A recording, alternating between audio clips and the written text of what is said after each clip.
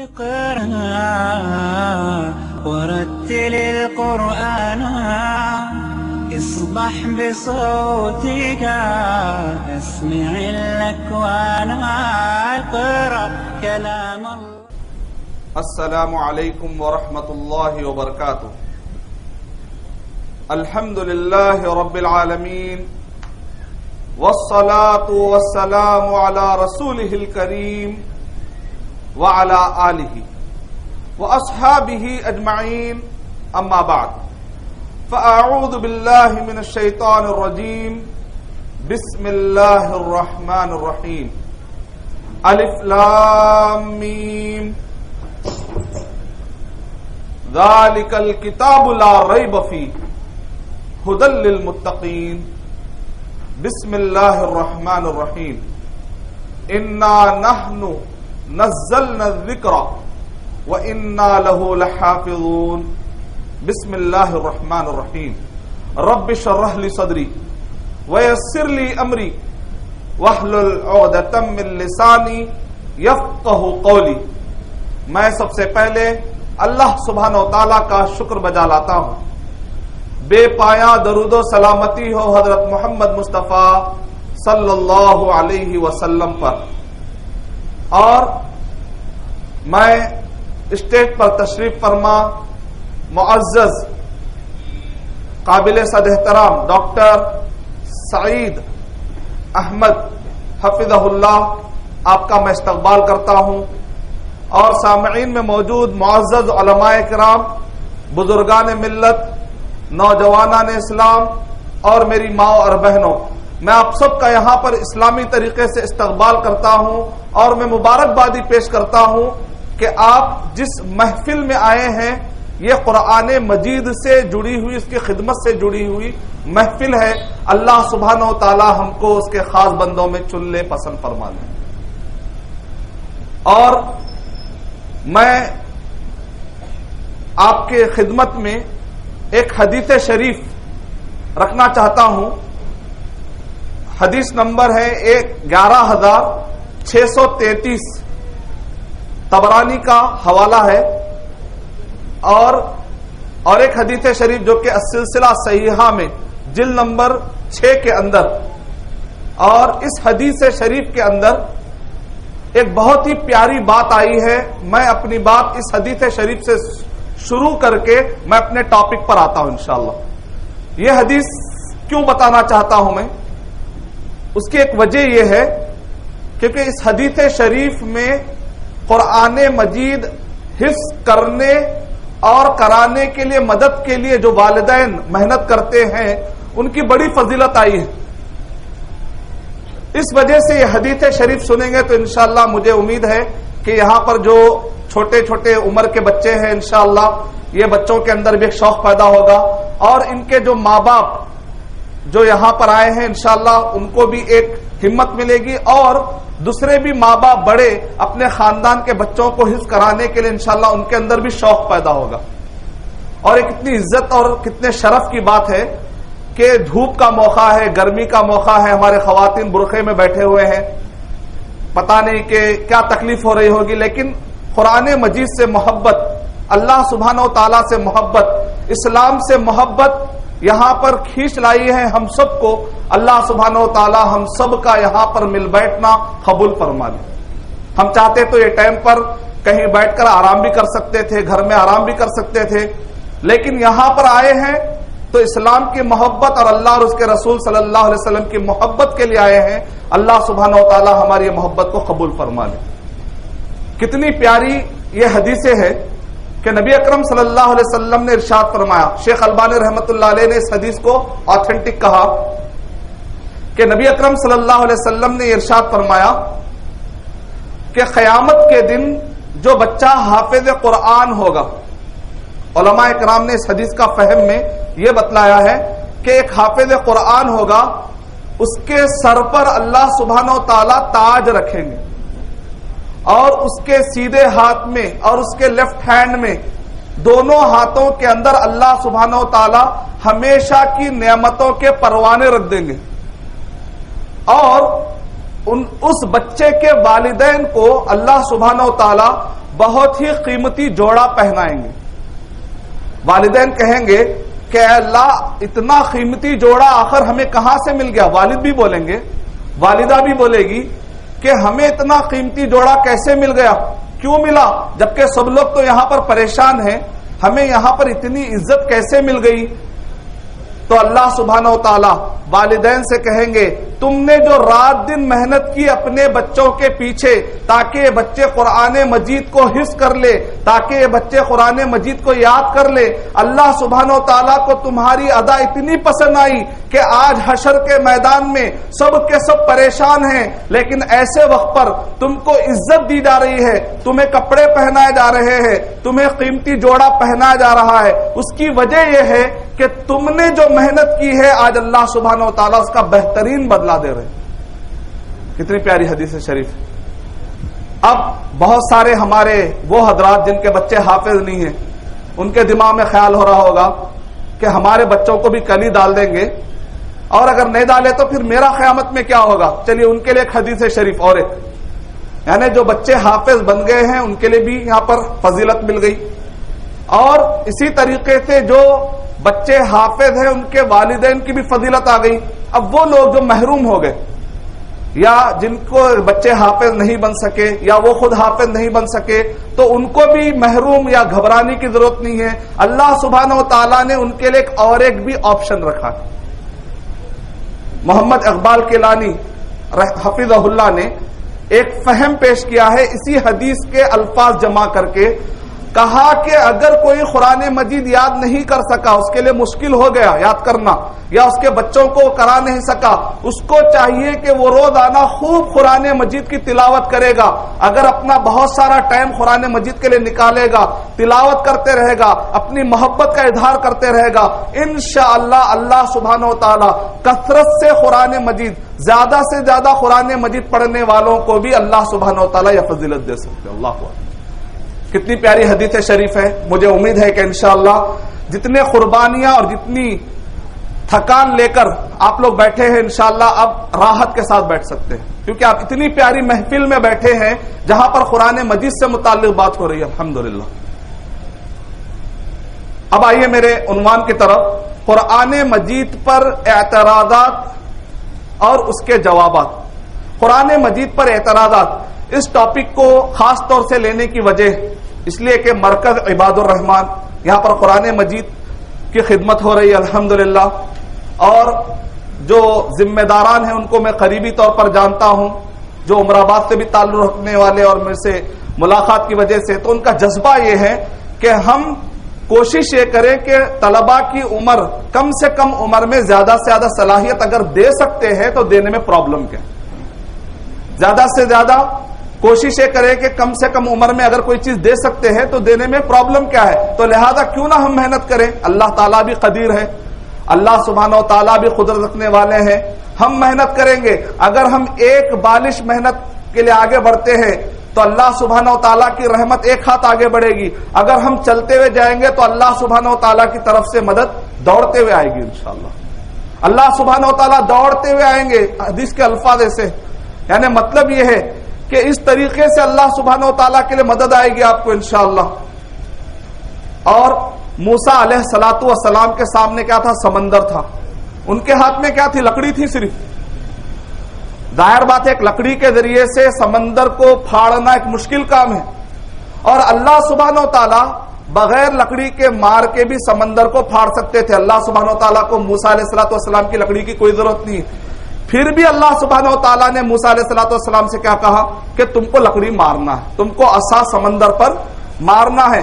اللہ سبحانہ و تعالیٰ بغیر لکڑی کے مار کے بھی سمندر کو پھاڑ سکتے تھے. اللہ سبحانہ و تعالیٰ کسی کے محتاج نہیں ہے.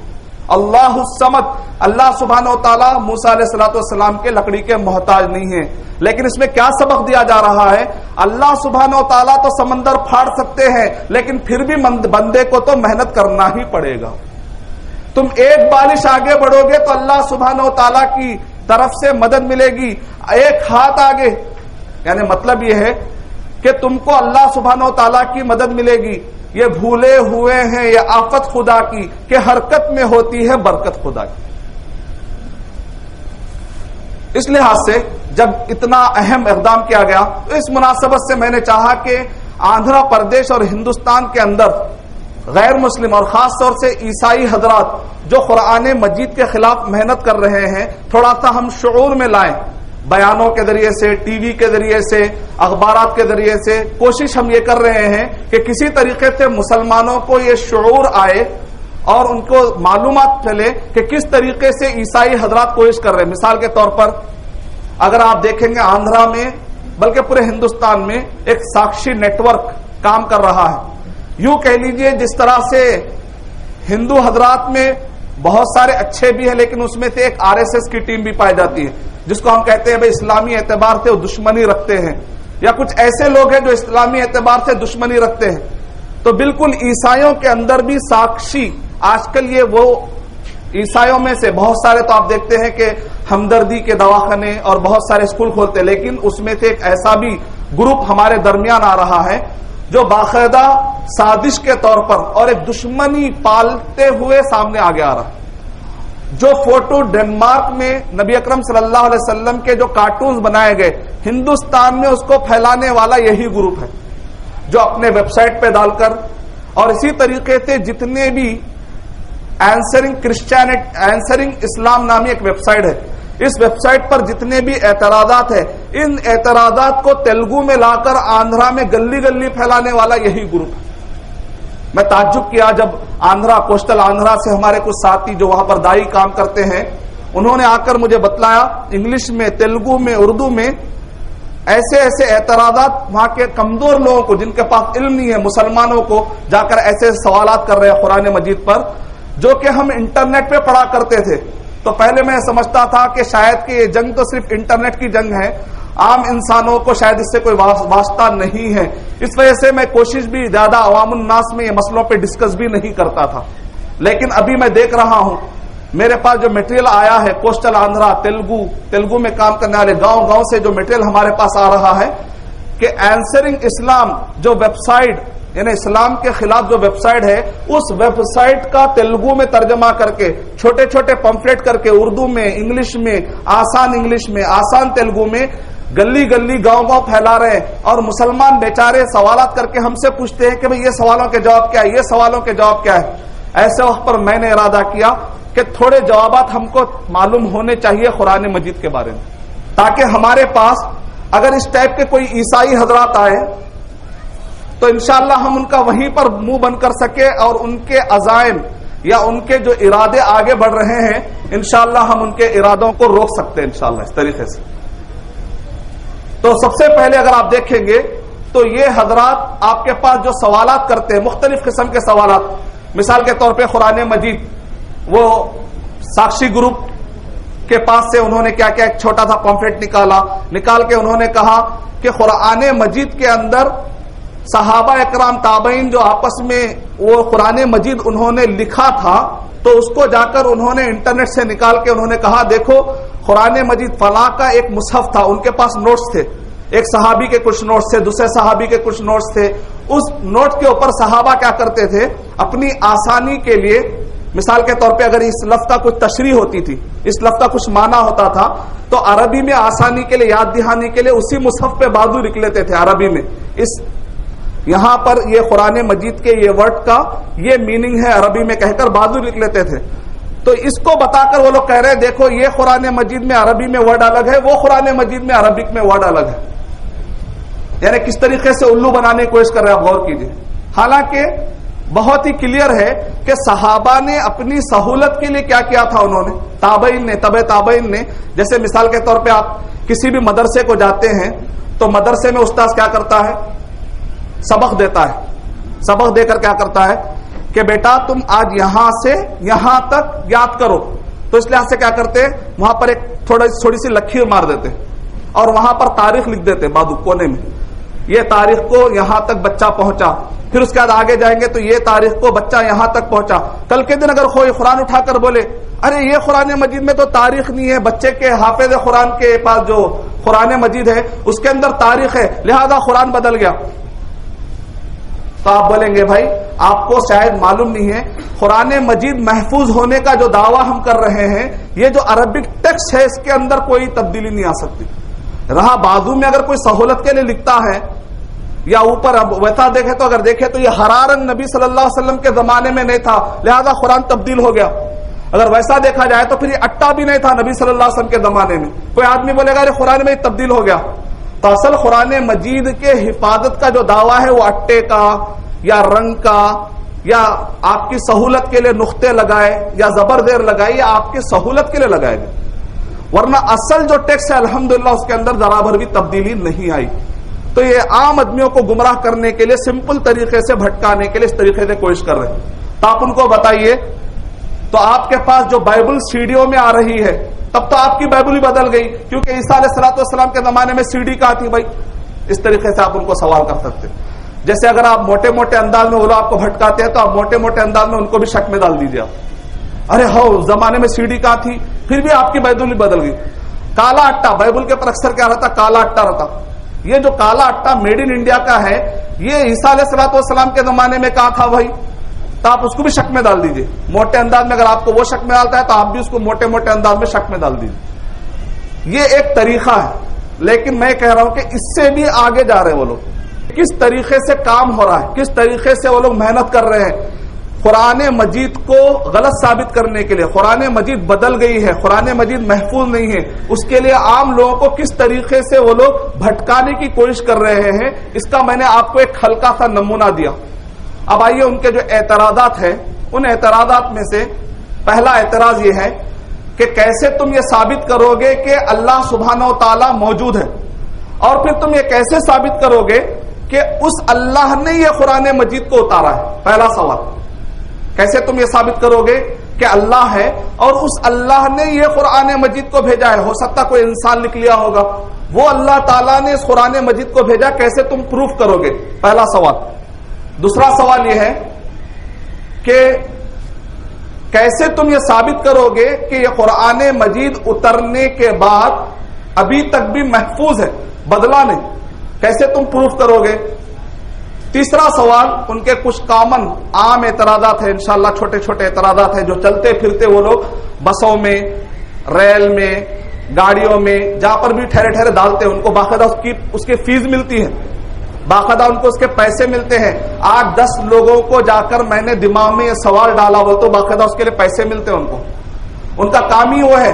مثال کے طور پہ 10 لوگوں کو بولتے ہیں جاؤ جا کر یہ 6 سوالات کم سے کم رات ہونے تک 100 مسلمانوں کو ڈال کر آؤ، اس کے پیسے اتنے ہیں لے لو. تو ان کا کام خالی گھومتے رہتے، کون بچہ بیکار بیٹھا ہوا ہے، نکڑ پہ بیٹھا ہوا ہے، اسکول کو نہیں گیا، مدرسے کو پڑھنے نہیں گیا، تو آ کے پکڑ لیتے ہو.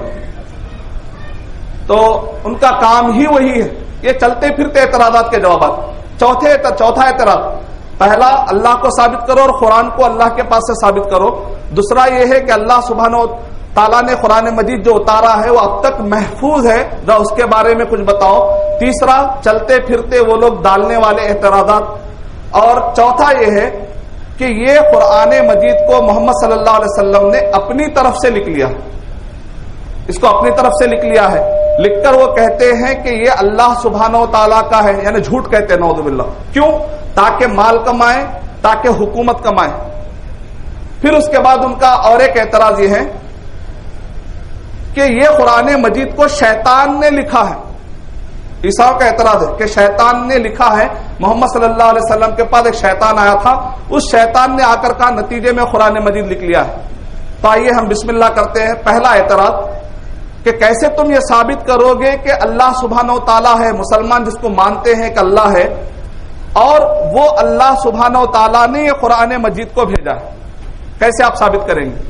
ویسے ثابت کرنے کے بہت سارے طریقے علماء کرام نے اپنائے ہیں. مثال کے طور پہ کہتے ہیں کہ اگر آپ کائنات کو دیکھیں گے تو اس سے پتا چل جائے گا کہ کوئی بھی چیز خود بخود نہیں آتی. ایک کمپیوٹر ہے خود بخود نہیں آئے گی، ایک گھڑی ہے آپ دیکھتے ہیں تو اندازہ لگاتے ہیں بھائی گھڑی کا کوئی بنانے والا ہوگا. تو اسی طرح اتنی بڑی کائنات کو جب ہم دیکھتے ہیں تو یقیناً کوئی بنانے والا ہوگا. لیکن آپ اس میں بہت سے بہت کہاں تک پہنچ سکتے ہیں، کوئی پیدا کرنے والا ہوگا وہاں تک پہنچ سکتے ہیں. لیکن اللہ سبحانہ و تعالیٰ تک پہنچنے کے لیے آپ کو اور ایک پروف چاہیے. اور اسی طریقے سے بہت سارے میتھڈ اپنائے جاتے ہیں. میں آپ کے لیے ایک سمپل طریقہ دیتا ہوں جو ہمارے اسکول میں جانے والے اور جنرل معلومات رکھنے والے سب لوگ جانتے ہیں. وہ یہ ہے کہ نیوٹن جو 17ویں صدی میں، نیوٹن جانتے ہیں آپ، جب اس سے پوچھا گیا کہ تم نے یہ جو نظریہ لایا کہ زمین کے اندر گریوٹی پائی جاتی ہے، زمین کے اندر گریوٹی پائی جاتی ہے، یعنی زمین کے اندر کشش پائی جاتی ہے، زمین نیچے کی طرف کھینچتی ہے. یہی وجہ ہے کہ جب ہم سیڑھیوں پہ چڑھتے ہیں تو ہمارے لیے چڑھنا مشکل ہوتا ہے، لیکن اترتے وقت پر اترنا آسان ہو جاتا ہے. تو نیوٹن نے اس نظریے کو ایجاد کیا اور کہا، ڈسکور کیا اس نے، اور کہا کہ زمین کے اندر گریوٹی پائی جاتی ہے. گریویٹیشنل فورس کہا جاتا ہے، کانسیپٹ آف گریوٹی. نیوٹن سے پوچھا گیا کہ تم نے جو نظریہ لایا ہے اس کی بنیاد کیا ہے؟ تو نیوٹن نے کیا کہا؟ Concept of inference. اس کو کہتے ہیں concept of inference. Concept of inference کا مطلب یہ ہے کہ ایک چیز جو معلوم ہے اس کو سامنے رکھ کر جو چیز معلوم نہیں ہے اس تک پہنچنا، اس کو کہتے ہیں کانسیپٹ آف انفرنس. یعنی کہ ایک گرتا ہوا سیب، اس سے اس نے کہا دیکھو یہ سیب کو جب میں گرا رہا ہوں تو سیب نیچے کی طرف جا رہا ہے، اوپر کی طرف نہیں آ رہا. اس کا مطلب یہ نکلا کہ زمین کے اندر کشش ہے. میں گرتے ہوئے سیب سے بتلا رہا ہوں کہ زمین کے اندر کھینچنے کی طاقت موجود ہے. کھینچنے کی طاقت میں تمہیں نہیں دکھا سکتا، لیکن میں گرتا ہوا سیب دکھا سکتا ہوں. گرتا ہوا سیب کی وجہ سے تم یہ سمجھ جا سکتے ہو اس میں کیا چیز نظر آ رہی ہے. گرتا ہوا سیب نظر آ رہا ہے، لیکن اس کے اندر جو زمین کھینچ رہی وہ تو نظر نہیں آ رہا ہے. تو کہتے ہیں کہ گرتے ہوئے سیب کے ذریعے سے زمین کے اندر کی جو کشش ہے جو نظر نہیں آ رہی ہے، لیکن اس کے ذریعے سے مجھے وہ پتا چل گیا. تو ہم بھی کہتے ہیں اس قرآن مجید کو جو بھی آدمی چیک کرے گا تو ہمارے لیے یہ کانسیپٹ آف انفرنس ہے، ٹول آف انفرنس ہے. یعنی مطلب یہ ہے کہ جس طریقے سے گرتے ہوئے سیب کے ذریعے سے گریوٹی معلوم کرے، اسی طریقے سے یہ قرآن مجید کے ذریعے سے ہم اللہ سبحانہ و تعالیٰ کو معلوم کر سکتے ہیں. آئیے وہ کیسے؟ یہ قرآن مجید کب نازل ہوا؟ سب لوگ جانتے ہیں. اگر آپ کسی بھی پوچھیں گے، یورپ والے سے، امریکہ والے سے، کسی بھی عیسائی سے آپ جانتے ہیں، آپ ان سے پوچھیں گے یہ قرآن مجید کب نازل ہوا تو وہ کہیں گے محمد صلی اللہ علیہ وسلم کے زمانے میں. اچھا محمد صلی اللہ علیہ وسلم کب تھے؟ تو وہ کہے گا محمد صلی اللہ علیہ وسلم جس وقت پر آئے تھے اس وقت پر پوری دنیا میں ڈارک ایجز تھا. ڈارک ایجز کا مطلب یہ ہے ابھی یورپ بیدار نہیں ہوا تھا، جس کو یورپ کا رینیسانس کہتے ہیں. 1452 میں یورپ بیدار ہوا. اس سے پہلے یورپ پتے لگا کے، وہ لوگ کپڑے پہننے نہیں آتا تھا تو پتے لگا کے گھومتے تھے جنگلوں میں، لیکن اب وہ لوگ 1452 میں یورپ بیدار ہوا. اچھا امریکہ کب دریافت ہوا؟ 1492 میں امریکہ ڈسکور ہوا. اس کے بعد سے ترقیاں شروع ہوئی. اچھا محمد صلی اللہ علیہ وسلم امریکہ اور یورپ کے ترقیوں کے بعد آیا پہلے تھے؟ نہیں، محمد صلی اللہ علیہ وسلم تو امریکہ اور یورپ کے ترقیوں سے پہلے تھے. اچھا اس ایج کو تم لوگ کیا کہتے ہو؟ کہتے ہیں ڈارک ایجز. یعنی کہ انفارمیشن کا کوئی راستہ ہی نہیں تھا، یعنی کہ انفارمیشن کا کوئی بھی راستہ نہیں تھا، پہلی چیز. اچھا دوسری چیز کیا ہے؟ محمد صلی اللہ علیہ وسلم کو لکھنا پڑھنا آتا تھا کیا؟ کیا لکھ سکتے تھے کیا نبی اکرم صلی اللہ علیہ وسلم؟ لکھنے بھی نہیں آتا تھا. دیکھ کر کوئی حروف پڑھ سکتے تھے کیا؟ نہیں پڑھ سکتے. اس کو عربی زبان میں امی کہتے ہیں. سن کر پڑھ لیتے تھے، دوہرا لیتے تھے، لیکن دیکھ کر نہیں پڑھ سکتے تھے، لکھ نہیں سکتے تھے. اس کو کہتے ہیں عربی زبان میں امی. اچھا یہ قرآن مجید اترا ایک ایسے آدمی پر جس کو لکھنا اور پڑھنا نہیں آتا، اور ایک ایسے وقت پر جبکہ لکھنے پڑھنے کا کوئی رواج نہیں تھا. اب بتاؤ ایسے وقت پر قرآن مجید کے اندر جو باتیں آ رہی ہیں، آج کے جو سائنسدان تحقیق کرنے کے بعد، ریسرچ کرنے کے بعد جو بڑی بڑی باتیں آج کے سائنسدان بتا رہے ہیں، اس زمانے میں وہ ایک امی ڈارک ایجز میں رہ کر نبی اکرم صلی اللہ علیہ وسلم نے اگر اس قرآن مجید کو اپنی طرف سے اگر وہ لکھ لیتے تو کیا ایسی باتیں بتا سکتے تھے؟ تو وہ کہیں گے ہو سکتا بتائے ہوں گے. تو سائنس کے اندر کہتے ہیں تھیوری آف پروبیبلٹی. تو تھیوری آف پروبیبلٹی کا مطلب یہ ہے ایک کوائن پہ ایک، دوسرے کوائن پہ دو، تیسرے کوائن پہ تین، ایسے اگر میں 10 کوائن 1 سے لے کر 10 تک میں جیب میں ڈال لیا، اس کو پھر میں اپنے جیب کو ہلایا، پھر اس کے بعد اگر میں نکالوں تو ہمیشہ 1 2 3 پورے سیکوینس میں آنا ضروری نہیں ہے. تھیوری آف پروبیبلٹی کہتے ہیں اگر اندھا دھند بھی کرے تو ہمیشہ سچا ہونا کوئی ضروری نہیں ہے. قرآن مجید میں جتنی بھی باتیں آ رہی ہیں وہ ساری کی ساری باتیں قرآن آج کی جو سائنس ہے، سائنس سے بھی ایڈوانس باتیں. سائنس ابھی پیچھے ہے، قرآن مجید کو سائنس کی کوئی ضرورت نہیں ہے، یعنی سائنس ابھی پیچھے ہے. قرآن مجید میں ایسی ایسی ایڈوانس باتیں ہیں جس کو سائنس دیکھ کے پریشان ہے کہ بھئی آخر اتنی باتیں، ایڈوانس باتیں قرآن مجید میں کیسے آ گئی. اس کا مطلب کیا نکلا کہ یہ ایک انسان کا لکھا ہوا کلام نہیں ہو سکتا، یہ وہی اسی کا کلام ہوگا جس نے پوری کائنات بنائی ہوگی، جس نے کریٹ کیا ہوگا پورے کائنات کو، پورے یونیورس کو، پورے ورلڈ کو.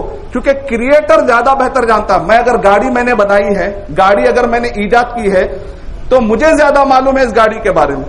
اسی لیے آپ کیا کرتے ہیں، گاڑی بیچنے والا کیا کرتا ہے، بھائی گاڑی بنانے والے نے کہا ہے اس میں پیٹرول ڈالو، گیس کا تیل مت ڈالو، بھائی پانی مت ڈالو، گرم پانی مت ڈالو، بلکہ پیٹرول ڈالو کہتا ہے. کیونکہ گاڑی بنانے والا زیادہ گاڑی کے بارے میں بہتر جانتا ہے. تو اسی طریقے سے قرآن مجید میں اللہ سبحانہ و تعالیٰ نے جو باتیں بتائی ہیں آج کے سائنس سے بھی ایڈوانس ہے. اور آج کی سائنس پریشان ہے کہ آخر اتنی باتیں قرآن مجید میں کیسے آ گئی. کا مطلب یہ نکلا تو ہم کہیں گے کہ محمد صلی اللہ علیہ وسلم جو کہ ایک امی تھے اور کوئی انفارمیشن حاصل کرنے کا اس زمانے میں کوئی راستہ نہیں تھا، ایک انسان کوئی آ کر ان کو دے دیا ہو، لکھ لیا ہو، ایسا بھی نہیں ہو سکتا. کوئی سائنسدان نے آ کر ان کو بتا دیا ہو، کوئی فلاسفر نے آ کے ان کو بتا دیا ہو، کیونکہ ان کو لکھنا پڑھنا آتا ہی نہیں تھا، وہ امی تھے. تو اب ایک ہی سورس باقی رہ جاتا ہے، وہ اوپر کا سورس، یعنی اوپر سے وحی آئی ہوگی تبھی جا کر اتنی پیاری باتیں، اتنی بہترین باتیں جس کے اندر ایک بھی غلطی نہیں آ رہی ہے. اس کا مطلب یہ نکلا کہ یہ قرآن مجید ایک انسان کا ہو ہی نہیں سکتا، کیونکہ انسان ایسی پکی باتیں کرنا مشکل ہے، اس کے لیے وہ زمانے میں. اس سے پتا کیا چلا کہ یہ ڈھونڈنے میں پتا چلا آخر کون لکھا ہوگا، کوئی انسان لکھا ہوگا. پوری دنیا میں چیک کر رہے ہیں، کوئی انسان یہ قرآن مجید لکھ ہی نہیں سکتا، کیونکہ اس کے اندر ایسی ایسی باتیں ہیں آج کے سائنسدان بھی پریشان ہو رہے ہیں. اس کا مطلب یہ نکلا کہ یہ قرآن مجید اوپر سے ہی آیا ہوگا، کریٹر نے ہی اس کو نازل کیا ہوگا. اب یہ قرآن مجید جب ہم پڑھتے ہیں تو اس کے اندر اللہ سبحانہ وتعالیٰ کہہ رہے ہیں قل هو اللہ احد، کہہ دو کہ وہ اللہ سبحانہ وتعالیٰ. کس نے اتارا؟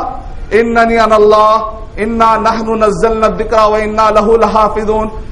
یہ ایک آسان طریقہ ہے جس کے ذریعے سے آپ سامنے والے کو بتا سکتے ہیں کہ بھئی یہ قرآن مجید میں اس زمانے کے اندر سائنس کی اتنی بہترین باتیں کیسی آئی ہوں گی. تو سامنے والا سمجھ جاتا ہاں بھائی یہ ایک انسان نہیں لا سکتا، یہ اوپر والے کے پاس سے آئے گی. اچھا کون کہہ رہے ہیں باتیں؟ میں کہہ رہا ہوں؟ نہیں. ولیم کیت مورے اپنی کتاب کے اندر لکھتے ہیں دا ایمبریولوجی یعنی کہ ماں کے پیٹ میں رحم مادر میں جو بچہ ڈیولپ ہوتا ہے اس کو کہتے ہیں ایمبریو، نالج آف ایمبریو. تو یہ جو بچہ جو ڈیولپ ہوتا ہے اس کے بارے میں فی الوقت سب سے ماہر کون ہے؟ تو ان کا نام ہے ولیم کیت مورے. یہ ابھی زندہ ہے.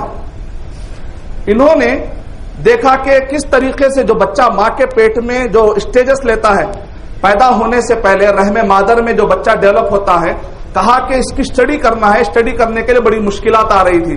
کہا کہ پہلے ہم مہینے میں تقسیم کریں گے، تب بھی اسٹڈی کے لیے مشکل ہو رہا تھا. پھر کہا کہ چلو ہم ہفتے میں بانٹیں گے، تب بھی مشکل ہو رہی تھی. آخر میں ایک مسلمان نے جا کر ان سے کہا ہو سکتا ہے کہ آپ کو یہ آیتیں کچھ کام آئیں گی. سورہ مومنون سورہ نمبر 23 آیت نمبر 13 14 15 اس کے اندر اللہ سبحانہ و تعالیٰ نے اسٹیجز کا 7 اسٹیج میں بانٹا ہے. بچہ جو ماں کے پیٹ میں ہوتا ہے اس کو قرآن مجید نے 7 اسٹیجز میں بانٹا ہے. پہلا اسٹیج 40 دن کا نطفہ، جس کو صحیح مسلم میں 40 دن کہا گیا. پھر اس کے بعد آگے کہا گیا کہ یہ علقہ بن جاتا ہے، یعنی کہ وہ نطفہ جا کر لال یعنی خون میں. پھر اس کے بعد مضغہ. ایسے 7 اسٹیج بتائے.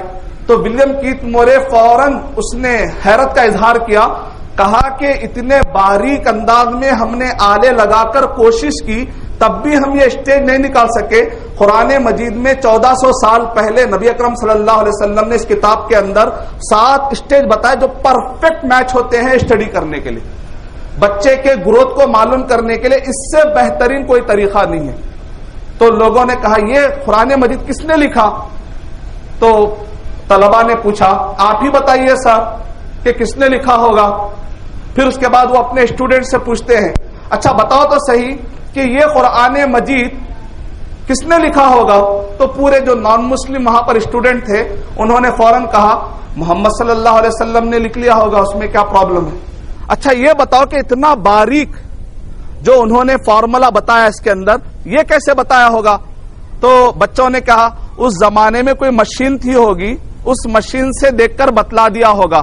تو اس کے بعد ولیت کیت مورے نے کہا ہاں بالکل تم ٹھیک کہہ رہے ہو، محمد صلی اللہ علیہ وسلم نے اس مشین سے بتانے کے بعد اس مشین کو ڈیزرٹ میں صحرا میں چھپا دیا بھی ہوگا۔ آج کے زمانے میں ایسی مشین آنا مشکل ہے، اس زمانے میں کہاں تھی وہ مشین 1400 سال پہلے۔ اس کے بعد انہوں نے لکھا مجھے یقین ہے، میں اس بات کو ماننے میں مجھے کوئی شک نہیں ہے، یہ انسان نہیں لکھ سکتا، یہ صرف اور صرف اوپر والے کی طرف سے آ سکتی، جو کریٹر ہے، جو بچے کو پیدا کرنے اور بچے کے تخلیق کے مرحلوں کو جانتا ہے، وہی اتنے باریک انداز سے بتا سکتا ہے۔ میں ماننے کے لیے تیار ہوں کہ یہ قرآن مجید کس کی طرف سے ہے؟ اللہ سبحانہ و تعالیٰ۔ It has been a great pleasure for me to help clarify statements in the Quran about human development. It is clear to me that these statements must have come to Muhammad from God or Allah, because almost all of this knowledge was not discovered until many centuries later.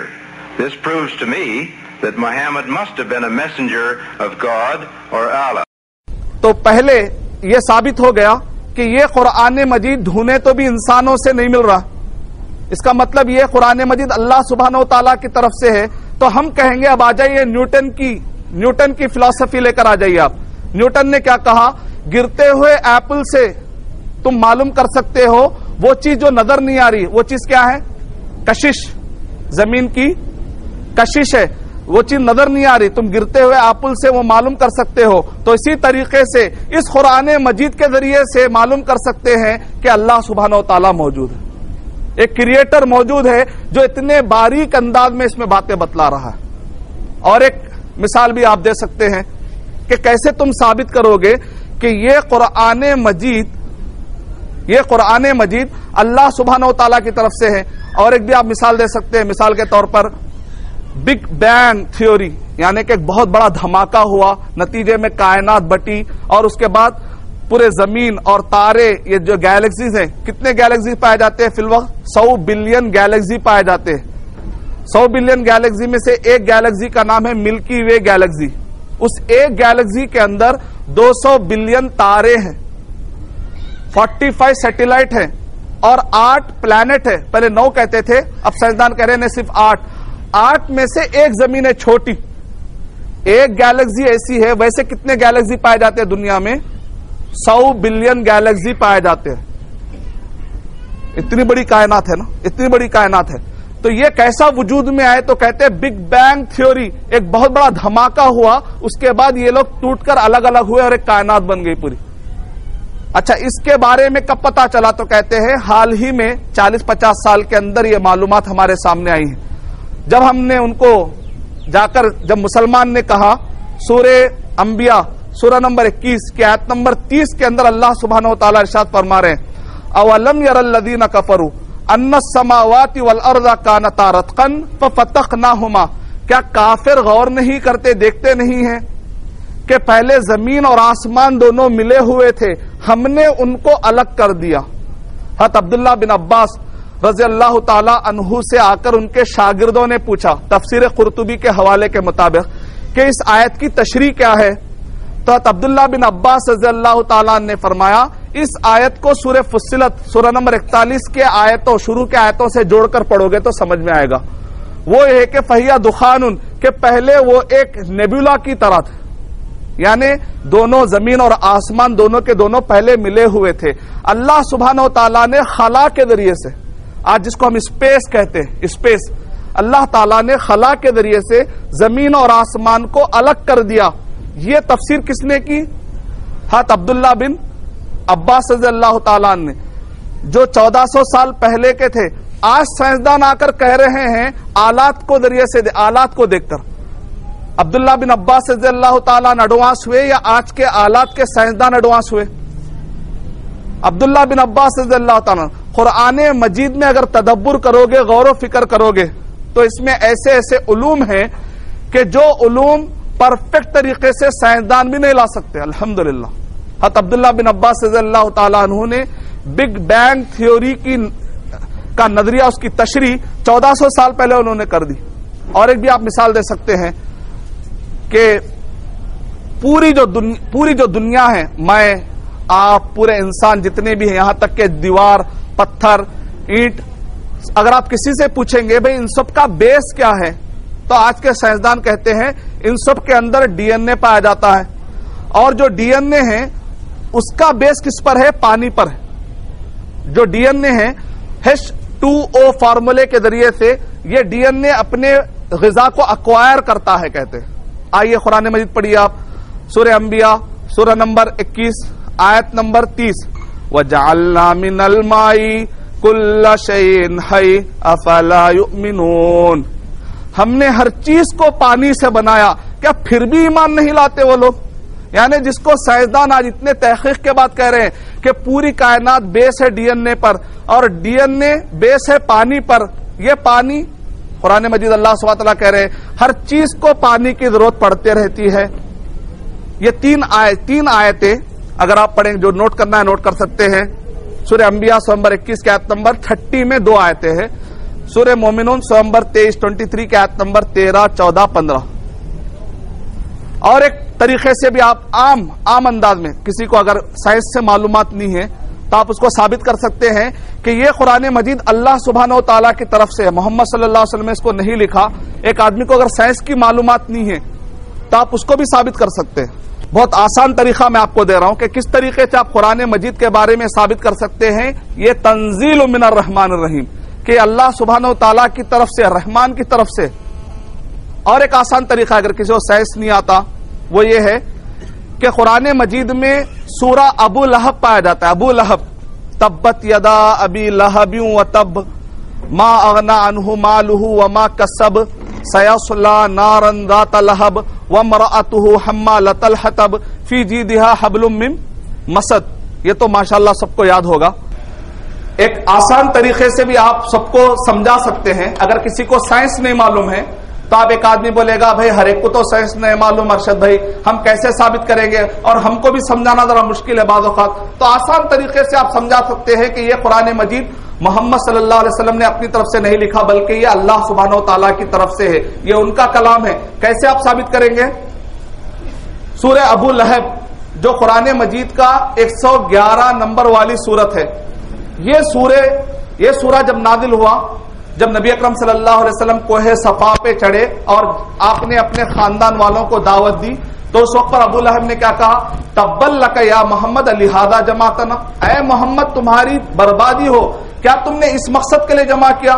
تو یہ سورہ نازل ہوا. مفسرین کہتے ہیں تبت یدا ابی لہب وتب، یعنی یہ قرآن مجید میں یہ جو سورہ نازل ہوا، اس وقت پر یہ جو سورہ نازل ہوا سورہ ابو لہب، اسی وقت پر اللہ تعالیٰ نے اعلان کر دیا کہ ابو لہب کلمہ نہیں پڑھے گا. اسی لیے تو کہا جائے گا سیصلی نارن ذات لہب، وہ کہا جائے گا بھڑکتے ہوئے انگاروں والی آگ میں جائے گا. اس سورے کے نازل ہونے کے بعد ابو لہب کتنے سال زندہ تھا؟ کم سے کم 11 سال زندہ تھا. اس سورہ نازل ہونے کے بعد ابو لہب کتنے سال زندہ تھا؟ کم سے کم 11 سال زندہ تھا.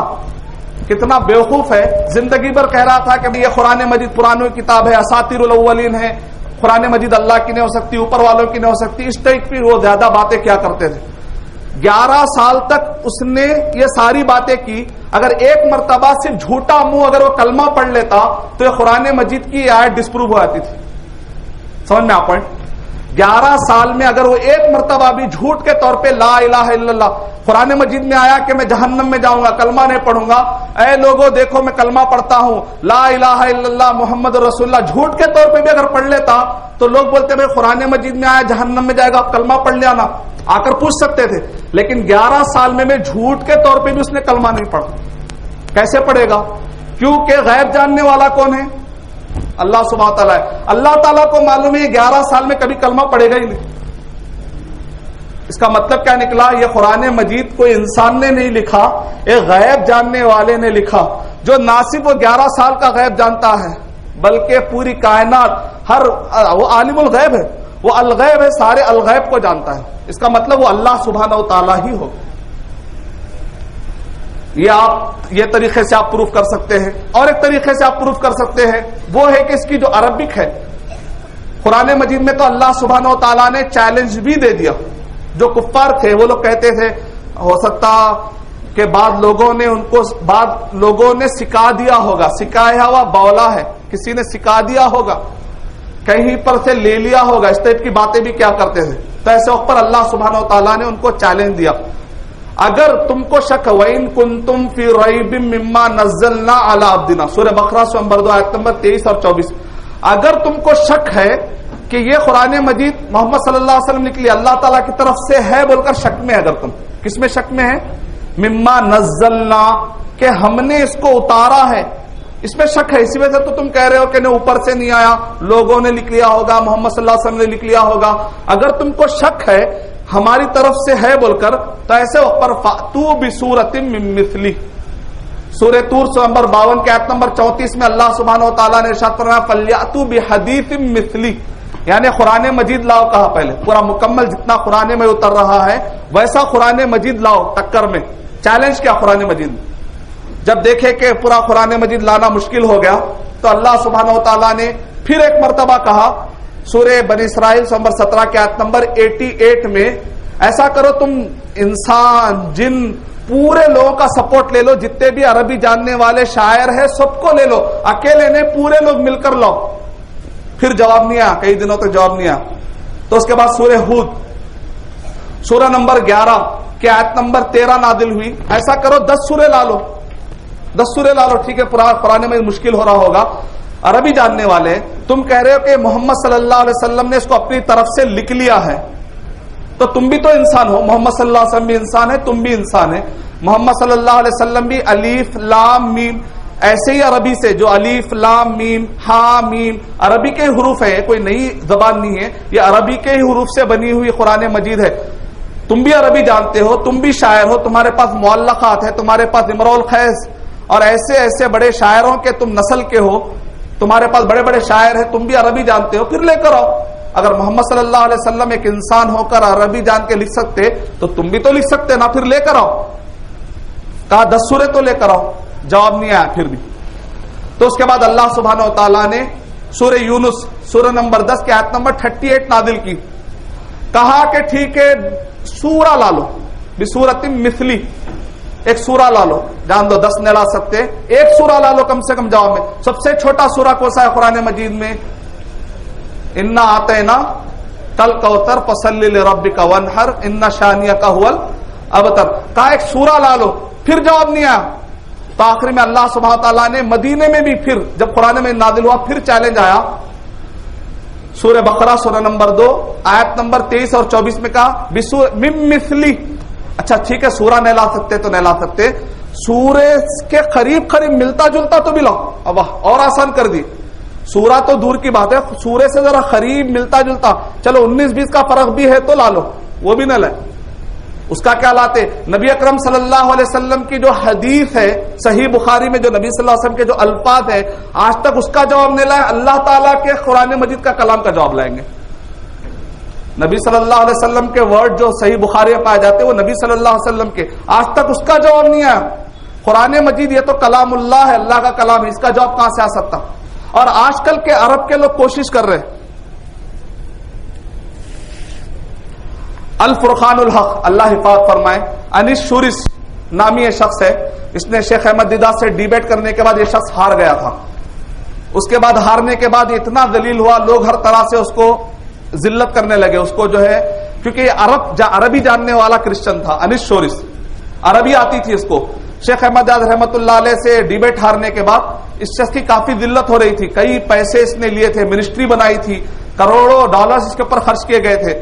تو آخری میں اس نے کہا جان بچانے کے لیے کوشش کرے، کچھ تو کام کرنا چاہیے۔ قرآن مجید کے مقابلے میں اس نے قرآن مجید گھڑا ہے، نعوذ باللہ، اس کو قرآن نہیں کہیں گے ہم، الفرقان، اس کو کہتے ہیں فیک فرقان، جھوٹا الفرقان نام کا، اس نے الفرقان الحق نام سے اس نے یہ بک لکھی، کتنے سوروں میں ہے؟ 61 سورے۔ کہا کہ قرآن مجید کہتا ہے کہ ایک سورہ لاؤ، میں تو 67 سورے لا لیا، میں تو 67 سورے لایا، اور اس نے بھی شروع کیا، پہلے سورے کا نام اس نے رکھا بسملہ. یہ آپ دیکھ رہے ہیں. اللہ حفاظ فرمائے ہمارے نونہال جو معصوم لوگ ہیں، جن کو جو لوگ عربی ہمارے پاس ہندوستان میں کیسا ہے جانتے ہیں آپ؟ کوئی بھی چیز عربی میں دکھتے ہی فوراً شروع کرا لیتے ہیں اپنے پاس. عربی میں دکھتے فوراً ارے کیا ہے دیکھو بائبل، پھر پھینک دے. پہلے چیک کرنا چاہیے. مومن بندے تو وہ ہوتے ہیں لم یخروا علیہا ثم وعمیانا، اندھے بہرے ہو کے گرتے رہے تو یہی ہوا تھا. پھر آخر میں نیٹ پہ بہت سارے ہمارے نیٹ پہ بیٹھنے والے ہمارے بھائیوں کو معلوم نہیں ہوتا، وہ لوگ کیا کرے، نور ہے تو سورۃ النورین کر ڈالے، سورۃ البسملہ، سورۃ الوصایا. آپ دیکھ رہے عربک ورڈ ہے نا، تو کئی لوگ کیا کر رہے ہیں انٹرنیٹ پہ جب یہ سورے آ رہے رمضان مبارک میں، بھائی قرآن مجید آجش آیا، بھائی آجش میرے دوست بھیجا ہے بول کے پڑھ لیتے بیٹھ جا رہے بائبل، جبکہ وہ من گھڑت گھڑے ہوئے سورے ہیں، جبکہ اوپر گھڑے ہوئے سورے ہیں. شیخ احمد دیداد رحمت اللہ علیہ کے فرزند جب مدینہ طیبہ آئے تو انہوں نے اپنے ساتھ ایک ایسا قرآن مجید لایا تھا، اٹا پورا سعودی عرب کا ہے، پورا اٹا سعودی عرب میں جو قرآن میں چھپ کر آ رہا ہے، اندر پورے عربک میں بائبل ڈال دی انہوں نے، ڈال کے نیوزی لینڈ کے اندر مسجدوں کے اندر رکھ دیے. عیسائی جب کوئی نہ رہتا تو مسجدوں میں گھس کے کیا کر دیے، وہ لوگ رکھ دیے. اور بہت سارے لوگ صبح میں قرآن مجید کی تلاوت کرتے ہیں تو بائبل کی پڑھ رہے ہیں، ان کو معلوم ہی نہیں. طوطا مینا سے پڑھنے کے یہ نقصانات ہوتے ہیں. ہمارے پاس کہتے ہیں قرآن سمجھ میں نہیں آتا نا، عربی کی وہ اردو کی آئیو جائیو کھائیو والی اردو سمجھ میں آتی، ایک دم کھنی گجراتی اردو وہاں کے علماء لکھتے بیٹھ کر، بہار کے علماء بیٹھ کر لکھتے، وہ اردو سمجھ میں آتی ہے. اس کے لیے بڑی کوشش کر کے پڑھتے ہیں لوگ، ہرے اور پیلے ساری کتابیں پڑھتے ہیں. قرآن مجید کے بارے میں کہہ رہے نہیں بھائی سمجھ میں نہیں آتی. غیر مسلم قرآن مجید کا ترجمہ سمجھ کے کلمہ بھی پڑھ لے رہے، اور ہمارے مسلمان بول رہے ہیں ہمیں وہ سمجھ میں نہیں آتی. عجیب بات. غیر مسلم کلمہ بھی پڑھ لے رہے قرآن میں سمجھ کر. ہاں تفسیر مت کریے، کیونکہ جو علماء کے لیے وہ آیتیں جس کے اندر تفسیر ہے، مسئلے مسائل ہے، وہ علماء کے لیے چھوڑ دیجئے. لیکن قرآن مجید میں نبیوں کے قصے ہیں. قل هو اللہ احد، کہہ دو کہ اللہ اکیلا ہے، ایک ہے اللہ، دو ہے. دو سمجھ میں آیا کسی کو؟ جو چیزیں سمجھ میں آ سکتی ہے وہ تو باتیں ہم سمجھا سکتے ہیں، وہ تو بات سمجھ سکتے ہیں. اب اگر مسئلے مسائل کے، انہیریٹنس کے ہیں، میراث کے مسئلے ہیں، صفات کے ہیں، متشابہات کے ہیں، ڈیٹیل ہے، علماء کے حوالے کر دیجئے. حضرت عبداللہ بن عباس رضی اللہ تعالیٰ عنہ کہتے ہیں کہ کچھ آیتیں ایسی ہیں جس کو عام آدمی بھی سمجھ سکتا ہے، کچھ آیتیں ایسی جس کو صرف علماء سمجھ سکتے ہیں. جن کے پاس عربی کا علم ہو وہ لوگ سمجھتے ہیں، جن کے پاس صحابہ کی لینگویج فہم ہو وہی سمجھ سکتے ہیں. آپ کہیں ہر آیت کو سمجھنے کی کوشش نہ کریں، لیکن وہ آیتیں جس میں موسیٰ علیہ الصلوۃ والسلام کے قصے ہیں، جہاں انہوں نے فرعون کے پاس جا کر دعوت کا کام کیا، ایسے قصے جو آپ کو عقیدے سے متعلق نہیں ہے، باریکی سے متعلق نہیں، عام آدمی سمجھ سکتا. اگر ہم تھوڑا سمجھ کے رکھیں گے، اور خاص طور سے 114 سورہ کے نام اپنے بچوں کو ضرور یاد کرائیے. سورہ فاتحہ سورہ نمبر 1، سورہ بقرہ سورہ نمبر 2، سورہ آل عمران سورہ نمبر 3، سورہ نساء سورہ نمبر 4، سورہ مائدہ سورہ نمبر 5، سورہ انعام سورہ نمبر 6، سورہ اعراف سورہ نمبر 7، سورہ انفال سورہ نمبر 8، سورہ توبہ سورہ نمبر 9، سورہ یونس سورہ نمبر 10، پھر الٹا سورہ یونس سورہ نمبر 10، سورہ توبہ سورہ نمبر 9، سورہ انفال سورہ نمبر 8، سورہ اعراف سورہ نمبر 7، سورہ انعام سورہ نمبر 6، سورہ مائدہ سورہ نمبر 5، سورہ نساء سورہ نمبر 4، سورہ آل عمران سورہ نمبر 3، سورہ بقرہ سورہ نمبر 2، سورہ فاتحہ سورہ نمبر 1. الٹا سیدھا اسینڈنگ ڈسینڈنگ پورا پکا کرا کے یاد رکھ دیجیے. دیکھتے بچہ بول رہا تھا یہ سورہ نہیں ہو سکتا بول کر، نتیجے میں غلط کہیں قرآن نے، کوئی عربی میں پڑھ کے کہیں یہ نہ سمجھے کہ قرآن مجید، جو بھی عربی میں دکھا قرآن میں سمجھ کے پڑھنا شروع کر دے تو بھٹک جائیں گے. پھر اللہ حفاظت فرمائے. 61 سورے، اور یہ باقاعدہ ایسا نہیں کہ نہیں پھیل رہے، نیٹ پہ پھیل رہے ہیں، باقاعدہ پھیلا رہے، اس کی باقاعدہ قیمت ہے، لوگ ڈالر میں خرچہ کر کے پڑھ رہے. لیکن میں آپ کو اس کے بھی تھوڑے جوابات دیتا ہوں. میں یعنی جب ہم نے ان سے کہا، قرآن مجید نے کیا کہا، اگر تم کو شک ہے کہ یہ قرآن مجید ہماری طرف سے نازل ہوا، اس میں شک ہے تو تم کیا کرو، کم سے کم ایک سورہ تو لاؤ. تو انہوں نے 61 سورے پیش کیے، لیکن ہر زمانے میں پیش کرنے کی کوشش کی. مثال کے طور پہ نبی اور صحابہ کے زمانے میں مسیلمہ بن کذاب نے ایک سورہ پیش کرنے کی کوشش کی. اس نے کیا کہا، الم تر کیف فعل ربک باصحاب الفیل. اس کے جواب میں اس نے جو ہے ایک سورہ گھڑا. کیا کہا، الفیل ملفیل وما ادراک ملفیل لہو خرطوم طویل ولہو ذنب وبیل. نعوذ باللہ من ذلک. کیا کہا اس نے، ہاتھی رے ہاتھی، کیسا موٹا ہاتھی تو ہے، تیری دم کتنی لمبی ہے، تیری سونڈ کتنی لمبی ہے. تو مسیلمہ بن کذاب نے کہا، دیکھو سورہ فیل کا جواب دے ڈالا میں. کیا بولا انہیں، سورہ فیل کا میں جواب دے ڈالا، اچھی ہے عربی. تو مسیلمہ بن کذاب کا جو ساتھی تھا وہ بھی جھوٹا تھا. اس نے کہا یہ سورہ تم لے جاؤ گے تو پورے قریش تم پر ہنسیں گے. الم تری کیف فعل ربک باصحاب الفیل میں بہت ہی بہترین قصے کی طرف اشارہ ہے، جو بہت ہی بڑا قصہ تھا. اس میں انسانوں کو کچھ میسج ہے. تمہارے یہ سورے میں کیا بھی میسج نہیں ہے. موٹا ہتھی لمبی دم کس کو نہیں معلوم یا بیکار سورہ. کون بڑا بازو والا بول دیا موٹا ہتھی لمبا دم، کس کو بولنے نہیں آتا. تو اس کے لیے عرب جا کے میں جواب دے دیا بولنے کی کیا ضرورت ہے. تو اس کو پھر سوجی نے تو اور ایک آدمی آیا، میں جواب دیتا ہوں. اچھا کیا جواب؟ انہیں مینڈک پہ بنایا. الزبدہ وما الزبدہ وما ادراک ما الزبدہ. مینڈک رے مینڈک، تیری کیا بہترین سریلی آواز ہے. تو جب ٹرٹراتا ہے بولتے عورتیں بولے نکالو اس کو. سریلی آواز کہتے ہیں آنکھ پہ کانٹے آ رہے نکالو باہر. یعنی اس زمانے کے لوگوں نے کوشش نہیں کی، نے کی. آج کے عرب کے لوگ کوشش کر رہے ہیں. ہم بول رہے ہیں جس وقت پہ تمہارے ابا موجود تھے، عربی زبان کے جاننے والے ابا موجود تھے، وہ لوگ خود ہمت نہیں کرے. آج کی ٹوٹی پٹی عربی لا کے قرآن مجید کے مقابلے میں کیا ٹھہرے. چلو بولو پہلا جواب کیا دینا ہے آپ کو. جب عرب کے ابا موجود تھے، تمہارے ابا موجود تھے عربی جاننے والے، امرؤ القیس، بلکہ مؤلخہ لکھنے والے جو زمانے کے بڑے بڑے شاعر تھے، اس میں سے ایک شاعر نے تو کلمہ بھی پڑھ لیا. ان سے پوچھا کہ آپ کلمہ کیوں پڑھ رہے ہیں؟ کہا کہ میں جو عربی بولتا ہوں میری عربی کعبے پہ لٹکاتے ہیں، لیکن جب سے یہ قرآن مجید کو میں پڑھنا شروع کیا ہوں میرا جی چاہتا ہے کہ اب کعبے پر کوئی چیز نہ لٹکے بلکہ قرآن مجید. کسی ایک صحابی نے کیا کر دیا، جا کر کعبے پر قرآن مجید کی آیتوں کو لکھ دیا. اس کے لکھنے کے بعد مؤلخات لکھنے والے شاعر نے عربی جاننے والا، اس نے کیا کہا، اب میری شاعری پھیکی نظر آتی ہے مجھے قرآن مجید کے بعد. اس کے بعد بعض صحابہ اکرام نے ان سے کہا آپ کو شعر پیش کرنا تھا، تو انہوں نے کہا ابعد القرآن، کیا قرآن کے بعد اب کوئی شعر شاعری میں دلچسپی ہے مجھے؟ تو شعر شاعری سے دلچسپی بھی اڑ گئی. یعنی قرآن مجید میں کیسی عربی ہے، اگر ایک انسان اس کو بول سکتا ہے تو دوسرا بھی انسان بول سکتا تھا. اس کا مطلب یہ نکلا کہ یہ انسان کی نہیں ہے بلکہ کلام اللہ ہے. یہ اللہ سبحانہ و تعالی 100% پیور اللہ سبحانہ و تعالیٰ کا اس کے اندر کلام پایا جاتا ہے. دنیا میں کوئی اس کی ٹکر نہیں لے سکتا. تو آپ اس طریقے سے عربی گرامر سے بھی سمجھا سکتے ہیں. یا سورہ ابو لہب کی میں نے جو مثال دی ہے کہ 11 سال ہو گئے اس نے کلمہ نہیں پڑھا، اس طریقے سے سمجھا سکتے ہیں. اگر سائنس کا جاننے والا ہے تو اس کو سائنس کے حوالے سے آپ اس کو بات سمجھا سکتے ہیں. قرآن مجید میں اللہ سبحانہ و تعالیٰ نے اور ایک بھی طریقہ کہا. سورہ نساء نمبر 4 آیت نمبر 82 کے اندر افلا یتدبرون القرآن، کیا قرآن مجید پر غور نہیں کرتے؟ ولو کان من عند غیر اللہ لوجدوا فی اختلافا کثیرا. اگر یہ قرآن مجید انسان کا ہوتا تو اس میں بہت سارے اختلافات ہوتے.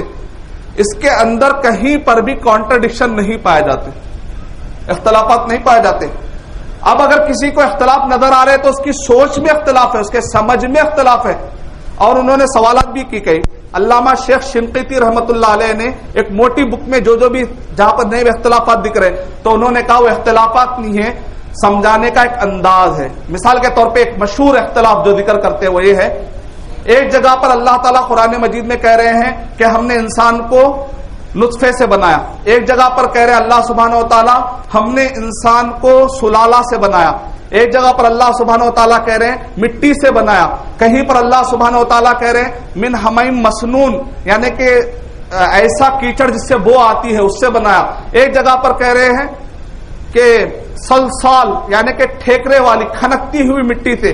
کہیں پر مٹی کہہ رہے ہیں، کبھی کہہ رہے ہیں کہ سڑنے والی مٹی، اور کہیں پر کہہ رہے ہیں کہ آواز کرنے والی مٹی. یہ کیا ہے؟ قرآن مجید میں اختلاف ہے. یہ اختلاف نہیں ہے. جیسے مثال کے طور پہ آپ مجھ سے پوچھتے ہیں کئی مہمان آ گئے، اگر کئی مہمان آ گئے تو وہ لوگ پوچھتے ہیں ارے چائے بہت زبردست ہے، کوسی ہے. تو میں اگر توجہ دینا چاہتا ہوں تو میں بولتا ہوں یہ بھینس کے دودھ کی ہے بھائی، بہت گاڑی بنایا آپ کے لیے خاص طور سے. اچھا یہ کوئی ڈبے والے وہ آٹے کی ایسا نہیں ہے، میں آپ کے خاص طور سے مہمان نوازی کے لیے میں کیا کیا، میں بھینس کے دودھ سے میں نے بنایا ہے اس کے لیے. پھر کبھی ہم کیا کہتے ہیں، ارے بھائی بہت اچھی دکھ رہی ہے، کہاں سے لائے؟ یہ لاسا لمسا، یعنی باقاعدہ ایک چائے اسپیشل برانڈ سے میں لایا ہوں، پتی سے، بہترین پتی سے میں نے چائے بنائی. کبھی آپ بولتے میں جو اس میں پانی استعمال کیا نا، یہ جو پانی سے بنی ہے منرل واٹر سے بنایا ہوں میں، یہ جو چائے بنا میں پانی سے بنا ہے، کوئی کہتا ہے چائے بنا میں دودھ سے بنا ہے، کوئی کہتا ہے چائے بنا میں پتی سے بنا ہے، تو ہم کہیں گے اختلاف نہیں ہے، پیش کرنے کا ایک الگ الگ انداز ہے. جیسے شاعر کہتے ہیں نا، کوئی ایک الگ انداز میں پیش کرتا ہے، چاند ایک ہی ہوتا ہے لیکن پیش کرنے کے انداز الگ الگ ہوتے ہیں خوبصورتی کو پیش کرنے کے. یہ ایک اس کو کہتے ہیں اختلاف تنوع. اس کو کانٹراڈکشن نہیں کہتے، اس کو کانٹرا ڈسٹنکشن کہتے ہیں، یعنی پیش کرنے کا ایک الگ الگ انداز. اس میں اختلاف نہیں ہوتا ہے، الگ الگ خوبیوں کو واضح کرنا مقصد ہوتا ہے. تو اسی طریقے سے اللہ سبحانہ و تعالیٰ نے پہلے جو انسان کو بنایا، اللہ سبحانہ و تعالیٰ نے مٹی سے بنایا. پھر اس کے بعد جو نسل چلی ہے انسانوں کی وہ نطفے سے چلی ہے. کہیں پر اللہ سبحانہ و تعالیٰ نے پہلے مٹی کا ذکر کرتے ہوئے کہا کہ وہ جو مٹی تھی پھر اس کی شکل اللہ تعالیٰ نے کبھی مٹی، جب خالی مٹی جب تھی تو مٹی تھی تو 3 کا ورڈ استعمال کیا گیا. اس مٹی کو کلانے کے بعد تھوڑی دیر رکھ دینے کے بعد جب خمیر چڑھتا ہے تو اس کے لیے ایک ورڈ استعمال کیا گیا. پھر اس کے بعد وہی جو کلائی ہوئی مٹی جب وہ سوکھ گئی تو اس کو سلسال کہا گیا. یعنی ایک ہی چیز ہوئی، کوئی الگ سے پیدا نہیں کیے، پیش کرنے کا الگ الگ انداز ہے. کبھی کوئی کہتا ہے میں چولہے پہ رکھ کے چائے بنائی بولتے عورتیں تو بھی چائے بنی، میں پتی سے بنائی بولتے بھی چائے بنی، دودھ سے بنائی بولتے بھی چائے بنی، آخری میں چائے ملی الحمدللہ. شوہر پریشان نہیں ہوتا کیا کیا بنا ڈالی کہ ایک وقت پہ 4 چیز، ایک ہی چیز بنائے، پیش کرنے کا انداز الگ الگ رہتا ہے. تو میں سمجھتا ہوں یہ خواتین اچھا جواب دے لے سکتے چائے کی مثال دے کر. تو قرآن مجید میں اللہ تعالیٰ نے کیا ارشاد فرمایا؟ قرآن مجید میں کوئی اختلافات ہو ہی نہیں سکتے، الگ الگ طریقے تھے. پہلا سوال کیا تھا ان کا؟ کیسے تم یہ ثابت کر سکتے ہو کہ اللہ سبحانہ و تعالیٰ ہے اور اللہ سبحانہ و تعالیٰ نے قرآن مجید کو پیش کیا ہے؟ تو آپ بتا دیجئے اتنے طریقے سے، اس میں سے جو طریقہ آپ کو یاد ہے انشاءاللہ مجھے امید ہے کہ آپ کو کام آ جائے گا انشاءاللہ. دوسرا سوال کہ بعض لوگ کہتے ہیں نہیں ہو سکتا، یہ جو قرآن مجید ہے نا، یہ قرآن مجید شیطان نے گھڑ لیا، شیطان کی طرف سے، یہ انسان کا نہیں ہے، شیطان کی طرف سے. تو آپ بولنا کتنا پیارا شیطان ہے بھائی. شروع میں اعوذ باللہ، مسلمان جب بھی قرآن میں پڑھتے تو کیا پڑھتے؟ اعوذ باللہ من الشیطان الرجیم. قرآن مجید میں اللہ سبحانہ و تعالیٰ نے ارشاد فرمایا فَإِذَا قَرَأْتَ الْقُرْآنَ، بچے پڑھے فَإِذَا قَرَأْتَ الْقُرْآنَ فَاسْتَعِذْ بِاللَّهِ. اور اللہ سبحانہ و تعالیٰ نے کہ جب بھی تم قرآن مجید پڑھنے کی شروعات کرو تو کیا کرنا چاہیے؟ شیطان سے پناہ مانگو. برے کتنا پیارا شیطان ہے، دیکھو اپنے سے پناہ سکھا رہا، اپنے سے پناہ سکھاتا کوئی شیطان. بھائی میری پناہ مانگ کے شروع کرو بھائی، یہ لو قرآن مجید. تو بولنا قرآن، ذرا اعتراض بھی کرے تو تھوڑا دم رہنا بولنا. پھر اعتراض کرتے. تیسرا اعتراض، محمد صلی اللہ علیہ وسلم نے اس کو اپنی طرف سے لکھ لیا اور لکھ کر کہا کہ یہ اللہ سبحانہ و تعالیٰ کا ہے تاکہ حکومت کمائے، تاکہ مال و دولت کمائے. نعوذ باللہ. آج کل یہ اورینٹلسٹ بہت زیادہ کر رہے، بلکہ بہت سارے جگہوں پہ سلیبس میں بھی آ گیا. تعجب ہوا میں دیکھ کر. خیر حیدرآباد میں کچھ کمیٹی نے جمع ہو کر کوشش کی، الحمدللہ سلیبس میں سے اس کو نکالنے کی کوشش کی، لیکن سلیبس میں بھی آ گیا محمد صلی اللہ علیہ وسلم مدینہ اس لیے ہجرت کرے تھے تاکہ مال و دولت کمائے اور زندگی کو تھوڑا کشل منگل کر لے. نعوذ باللہ. تو آپ سب پہلا اس کے اندر کیا ہے؟ محمد صلی اللہ علیہ وسلم نے اس کو اپنی طرف سے لکھ لیا. انسائکلوپیڈیا بریٹانیکا میں لکھا ہوا ہے محمد صلی اللہ علیہ وسلم کو لکھنا نہیں آتا تھا. کہاں سے لکھتے؟ خوابہ پڑھ رہے ہیں کیا پوچھنا؟ دن میں خوابہ دیکھ رہے ہیں کیا بولنا؟ لکھنے نہیں آتا تھا. ہری ایک دم بیچارہ پیک ہوا تھا، لکھنے نہیں آتا تھا، لکھ رہے بول. آپ کے ابا بیٹھ کے لکھے، آپ چلتے پھرتے جوابات دے سکتے ہیں انشاءاللہ. پھر اس کے بعد کہا کہ یہ اللہ سبحانہ و تعالیٰ کا ہے. گویا کہ مطلب کیا نکلا؟ محمد صلی اللہ علیہ وسلم نے جھوٹ کہا. نبی صلی اللہ علیہ وسلم کے زمانے میں ہر طرح کا اعتراض کیا گیا، آپ مجنون ہے، شاعر ہے، کاہن ہے بولے، لیکن کسی نے آپ کو جھوٹا ہونے کا کبھی تہمت لگائی؟ جھوٹا ہونے کی تہمت آپ نبی صلی اللہ علیہ وسلم کے زمانے کے لوگ زیادہ بہتر جانتے تھے نبی صلی اللہ علیہ وسلم کو یا بعد والے لوگ؟ نبی صلی اللہ علیہ وسلم کے زمانے کے لوگ، وہ لوگ تو اپنی امانتیں آپ کے پاس رکھاتے تھے، صادق اور امین کہتے تھے، سچا کہتے تھے، اور تم کہہ رہے کہ جھوٹ کہہ دیا. یہ جھوٹا ہونے کا دعویٰ تو پورے زندگی میں نبی صلی اللہ علیہ وسلم کے کبھی بھی کفار قریش نے بھی نہیں کیا. تاکہ مال و دولت کمائے. کیا پوائنٹ ہے؟ تاکہ مال و دولت کمائے.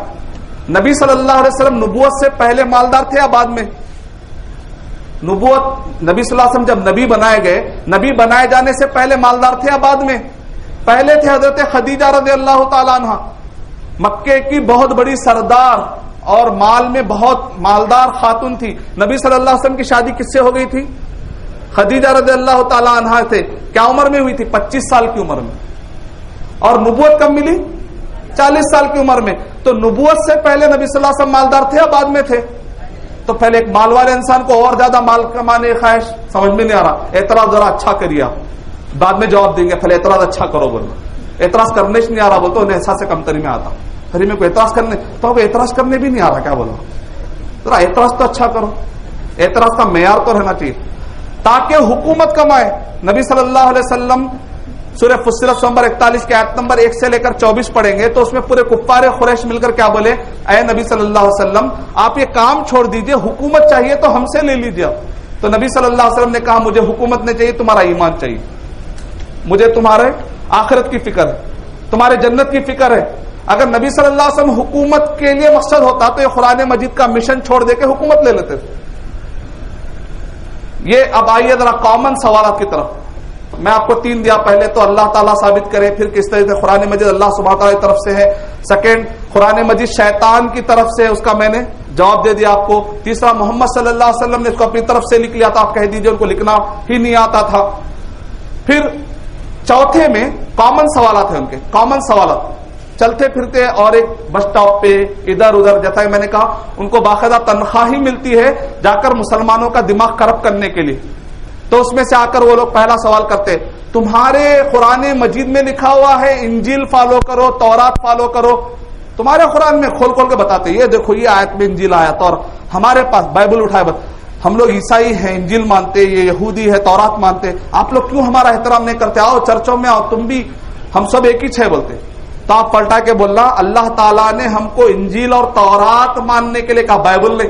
تمہارے ہاتھ میں کیا ہے؟ بائبل ہے. تمہارے بائبل میں کیا ہے؟ انجیل متی، gospel of Matthew, gospel of Mark, gospel of John, gospel of Luke. تمہارے پاس متی، مارک، جان، یوحنا، ان سب کے بائبل ہے. گاسپل آف جیسس کہاں ہے پوچھنا، جس کے اصل قرآن مجید میں اللہ تعالیٰ نے انجیل عیسیٰ کہاں ہے بھائی پوچھنا. انجیل متی لا رہے ہیں، انجیل مرقس لا رہے ہیں، انجیل لوقا، انجیل عیسیٰ کہاں ہے؟ خان بیٹھ جاتے ہیں. تو آپ ان سے پوچھ، ہم اس انجیل کو مانتے ہیں جو اللہ تعالیٰ نے حضرت عیسیٰ علیہ الصلوۃ والسلام پر نازل کیا. وہ جو تمہارے ہاتھ میں ہے وہ انجیل کا ہم اس کو دعویٰ نہیں کرتے. ہم اس تورات کو مانتے ہیں جو حضرت موسیٰ علیہ الصلوۃ والسلام پر اللہ سبحانہ تعالیٰ نے نازل کیا. اس زبور کو مانتے ہیں جو حضرت داؤد علیہ الصلوۃ والسلام پر اللہ سبحانہ تعالیٰ نے نازل کیا. وہ صحیفہ ابراہیم کو ہم مانتے ہیں جو ابراہیم علیہ الصلوۃ والسلام کو اللہ تعالیٰ نے دیا ہے. تو آپ ان سے کہیے آپ انجیل اور تورات کے ذریعے سے ہمیں گھمانے کی کوئی ضرورت نہیں ہے. اور قرآن مجید میں اللہ سبحانہ و تعالیٰ نے تو کہہ دیا ہے سورہ مائدہ نمبر 5 کے آیت نمبر 13 کے اندر کہ یہ لوگ انجیل کو بھلا دیے تھے. فَنَسُوا حَظًّا مِّمَّا ذُكِّرُوا بِهِ، یہ لوگ انجیل کو بھلا دیے تھے. جب بھول گئے تو محفوظ کہاں سے رہتی؟ لکھے ہی نہیں، جمع ہی نہیں کرے پر اللہ تعالیٰ سورہ بقرہ نمبر 2 آیت نمبر 79 میں کرے فَوَيْلٌ لِّلَّذِينَ يَكْتُبُونَ الْكِتَابَ بِأَيْدِيهِمْ ثُمَّ يَقُولُونَ هَذَا مِنْ عِندِ اللَّهِ لِيَشْتَرُوا بِهِ ثَمَنًا قَلِيلًا فَوَيْلٌ لَّهُم مِّمَّا كَتَبَتْ أَيْدِيهِمْ وَوَيْلٌ لَّهُم مِّمَّا يَكْسِبُونَ. جہنم ان لوگوں کے لیے، یہودیوں کے بارے میں کہہ رہے ہیں، وہ اپنے ہاتھ سے لکھ کر کہتے ہیں اللہ تعالیٰ کی ہے. قرآن مجید تو الٹا کہہ رہا ہے کہ تم اپنے ہاتھ سے لکھ کر کہہ رہے تھے یہ تورات ہے انجیل ہے. واقعی میں سمجھ میں آ گیا یہ وہی ہے جس کا میں قرآن میں پڑھ رہا تھا. بولو وہ انجیل تورات سے دھوکہ دینے کی کوشش مت کرو. تورات اور انجیل کو بدلتے تھے بول کے قرآن مجید میں اللہ تعالیٰ نے کہا بات سچی ہوگی، اب تم آئے ہو یہی وہ گھڑی ہوئی کتاب ہے جس کا ذکر قرآن میں ہے، ایسا کہہ کے اس کو آپ ایڈوانس میں جواب دیجیے انشاءاللہ. پھر اس کے بعد وہ لوگ کہتے ہیں نہیں تمہارے قرآن مجید میں لکھا ہوا ہے عیسیٰ علیہ الصلوۃ والسلام کا ذکر کتنے مرتبہ ہے؟ 25 مرتبہ. محمد صلی اللہ علیہ وسلم کا ذکر کتنے مرتبہ ہے؟ 4 یا 5 مرتبہ ہے. اچھا بڑھاؤ، قرآن مجید میں جس کا ذکر زیادہ ہے نا وہ زیادہ عزت والا ہے یا جس کا ذکر کم ہے وہ زیادہ عزت والا ہے؟ آپ کو یہ سوال کرتے ہو آپ ایک ارے ہو بھائی قرآن میں اتنا مرتبہ ذکر آیا نا، تو آپ ان کو بولنا قرآن مجید میں موسیٰ علیہ الصلوۃ والسلام کا ذکر کتنے مرتبہ آیا؟ 132 مرتبہ. 132 132 ٹائم آیا. تو کیا تم عیسیٰ علیہ الصلوۃ والسلام سے زیادہ موسیٰ علیہ الصلوۃ والسلام کو بڑا ماننے تیار ہو؟ کیا بولتے پھر قرآن بن جاتا. شیطان کا ذکر بھی بہت مرتبہ آیا بولنا پھر قرآن مجید میں، آہستہ سے بول دینا، گھبرانا نہیں. جب سوال کڑا ہے تو پھر جواب بھی کڑا رہنا پڑتا بعض اوقات. تاکہ سامنے والا پھر دوبارہ ہمت نہ کرے، ارے جان دو مسلمان اب کو بھائی دوسروں کو دیکھ لینا. پھر وہاں پر بھی گیا تو نہیں، وہاں پر کسی بھی انسان ہر جگہ جانا، یہاں تک کہ وہ آدمی انشاءاللہ کلمہ پڑھنا، یہ نیت سے مذاق اڑانے کے لیے گرانے کے لیے نہیں، لیکن اپنے آپ کو بھی مضبوط رکھیے. بعض لوگوں کے ڈاؤٹ کلیئر نہیں ہوتے جب تک کہ آپ ان کو مضبوط طریقے سے نہیں سمجھاتے، لیکن کلیئر ہمیشہ رہنا کہ ان کو گرانا مقصد یا ہرانا مقصد نہیں ہے، بلکہ how to win the people, کس طریقے سے انسانوں کا دل جیتے، یہ طریقے سے گفتگو کریے. ادعو الی سبیل ربک کا کہہ کر اللہ تعالیٰ نے آیت کو ختم نہیں کیا، آگے کا بالحکمت والموعظۃ الحسنہ. حکمہ یہ ہے کہ دیکھ سمجھ کے بات کرنا. وضع الشیء فی محلی، جس چیز کو جہاں پر جیسے رکھنا ویسے. عام بھولا بھولا ہے آپ اس کو پیار محبت سے سمجھا، ٹیڑھے قسم کا ذکر ہے تو آپ اس کو تھوڑا ڈیبیٹنگ انداز میں بھی سمجھانا پڑتا ہے، لیکن ہمیشہ وجادلہم باللتی ہی احسن، اچھے اخلاق کا مظاہرہ کرنا چاہیے، بد اخلاقی کا مظاہرہ کبھی نہیں کرنا چاہیے، ورنہ وہ اور دور ہو سکتا ہے، وہ اور زہریلا بن سکتا ہے، وہ اور دشمن ہو سکتا ہے، یاد رہے. پھر وہ سوال کرتے اچھا عیسیٰ علیہ الصلوۃ والسلام تمہارے عقیدے کے مطابق قرآن مجید میں سورہ آل عمران 32 آیت نمبر 55 عیسیٰ علیہ الصلوۃ والسلام زندہ ہے تمہارے عقیدے کے مطابق، اور محمد صلی اللہ علیہ وسلم کا کیا ہو گیا؟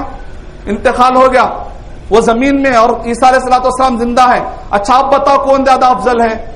تو آپ بولنا ابلیس بھی زندہ ہے ابھی تک. کیا بولنا؟ سورہ اعراف نمبر 7 آیت نمبر 13 14 15 میں بولنا ابلیس بھی زندہ ہے، نہ بولنا ٹھنڈے انداز، اس کو بولتے ہیں ٹھنڈے انداز میں شال میں لپٹ کے مارنا بولتے ہیں. مٹھی چھری، اچھا سونے کی چھری ہے تو بچے کو دے ڈالتے، کیا چھری بول تو سونے کی رہتی ہے لیکن چمکا کے بتانا، تو اس کو لیکن مارنا نہیں. پھر دہشت گرد جو ہے بول کے پھیلاتے آپ کے بارے میں، شال میں لپٹ کے والا اچھا ہے. تو ان کو بولتے ہیں آہستہ. مقصد کیا ہے ہمارا؟ ارے جان دے بھائی غلط سوال کر دیا، غلط جہاں پہ بٹن دبا دیا، بولنا ابلیس بھی زندہ. اللہ تعالیٰ سے اس نے دعا مانگی، اے میرے رب، آج ہمارے بہت سارے بھائی جو ہے نا مسلمان بھائی، یہ بابا وہ بابا وہ پکارتے، یا بابا وہ بابا. ابلیس بہتر ہے ان سے. تو ابلیس شرک نے کیا کبھی زندگی میں؟ شرک اتنا بدتر گناہ ابلیس بھی نہیں کرتا، لیکن آج کے ہمارے مسلمان بھائی جا کے فلاں بابا ان کو جا کے پکارتے. ابلیس کیا کرا؟ یا ربی انذرنی الی یوم یبعثون، اے اللہ تو مجھے قیامت تک زندہ رکھ، بغیر وسیلے کے ڈائریکٹ مانگا. اور ابلیس کی دعا قبول ہوگی. ہمارے مسلمان بھائی سے پوچھتے آپ ادھر ادھر جا کے کیوں مانگ رہے ہیں؟ بھائی اللہ سے مانگو. نہیں، ہم اتنے گنہگار ہیں، ہماری دعا قبول نہیں ہوتی. ابلیس سے ہی بڑا گناہ کر لیا. وہ کیا کر لیا بھائی؟ آپ اتنا بڑا گناہ کیا کر لیا؟ ابلیس دعا کر رہا تو ابلیس کی دعا قبول ہو رہی. اور اللہ تعالیٰ نے کہا الی یوم الوقت المعلوم، ایک وقت تک تم کو انشاءاللہ مہلت ملے گی. ابلیس کو آدم علیہ الصلوۃ والسلام کا انتقال ہو گیا، لیکن ابلیس کا ابھی تک بھی مرا نہیں ہو. تو ہم بولنا یہ کوئی بنیاد نہیں ہے کہ کوئی زندہ ہے تو زیادہ افضل ہے. اگر وہ بنیاد ہے تو پھر ابلیس افضل ہے کیا؟ مانتے کیا؟ پوچھنا. پھر اس کے بعد وہ لوگ کہتے ہیں نہیں، عیسیٰ علیہ الصلوۃ والسلام جو ہے بغیر ابا کے پیدا ہوئے، میراکل تھا، بہت بڑا معجزہ تھا. تمہارے جو نبی ہے نا، تمہارے جو نبی ہے ان کو ابا بھی تھے امی بھی تھے، اب بتاؤ کون افضل ہے؟ تو ان کو بولنا ان مثل عیسیٰ عند اللہ کمثل آدم. آدم علیہ الصلوۃ والسلام کو تو ابا بھی نہیں تھے اور امی بھی نہیں تھے. آدم علیہ السلام کو بڑا مانتے کیا؟ یہ کوئی بنیاد ہے کیا؟ اور عیسیٰ علیہ الصلوۃ والسلام ٹھیک ہے ابا نہیں تھے، ہم مانتے ہیں، احترام کرتے، یہ تو ان کی خصوصیت ہے، اللہ تعالیٰ نے دی ان کو الحمدللہ. لیکن عورت سے تو نکلے نا، عورت سے ہی پیدا ہوئے. حوا علیہ الصلوۃ والسلام مرد سے پیدا ہوئے، مرد کے ریڑھ کی ہڈی سے نکالا گیا. حوا علیہ السلام خاتون ہے، ان کو ایک مرد سے نکالا جا رہا ہے. یہ تو اور زیادہ معجزے والی بات ہوئی کہ عورت مرد سے پیدا ہو رہی. کیا ان کو بڑا ماننے کے لیے تیار ہے کیا؟ تو پھر خاموش. اچھا یہ بولو کہ عیسیٰ علیہ الصلوۃ والسلام جو معجزے کرتے تھے، مردہ کو زندہ کر دیتے تھے، تمہارے نبی کیا کرے؟ تو ہم کہیں گے وہ اللہ کے حکم سے کرتے تھے. عیسیٰ علیہ الصلوۃ والسلام اپنی طرف سے کچھ بھی نہیں کرتے تھے. اچھا تم مان لو کہ زندہ کرنا تمہارے لیے بہت بڑی چیز ہے. ایک روح جس کی نکل گئی تھی، اس کی روح واپس ڈالے اللہ کے حکم سے. پہلے روح تھی یا نہیں تھی؟ تھی. روح نکل گئی تھی، واپس لائے. موسیٰ علیہ الصلوۃ والسلام کی جو لکڑی تھی وہ سانپ میں تبدیل ہو گئی. جس کے اندر کبھی روح نہیں تھی، وہ جانور ہی نہیں تھا، اس کے اندر روح آ کے باقاعدہ ایک جانور بن جا رہا. یہ بڑا معجزہ ہے کہ وہ بڑا معجزہ ہے؟ نبی صلی اللہ علیہ وسلم جس لکڑی پر ٹیک لگاتے تھے، جب اس کو کاٹ کے اس کا ممبر بنایا جا رہا تھا، حنین الجزا، چھوٹے بچے کی طرح بلک بلک کے رو رہی تھی لکڑی. جو لکڑی کے اندر اتنی بڑی قوت آ جائے، یہ تو اس سے بڑا معجزہ ہو گیا. پھر خاموش ہے. تو عیسائی حضرات کہتے ہیں نہیں نہیں بھائی ایک ایسا سوال ہے اس کا جواب تو تم لوگ دے ہی نہیں سکتے.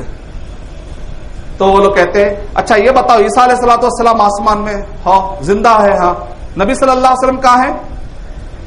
خبر میں ہے. اب بتاؤ اوپر والا افضل ہے یا نیچے والا؟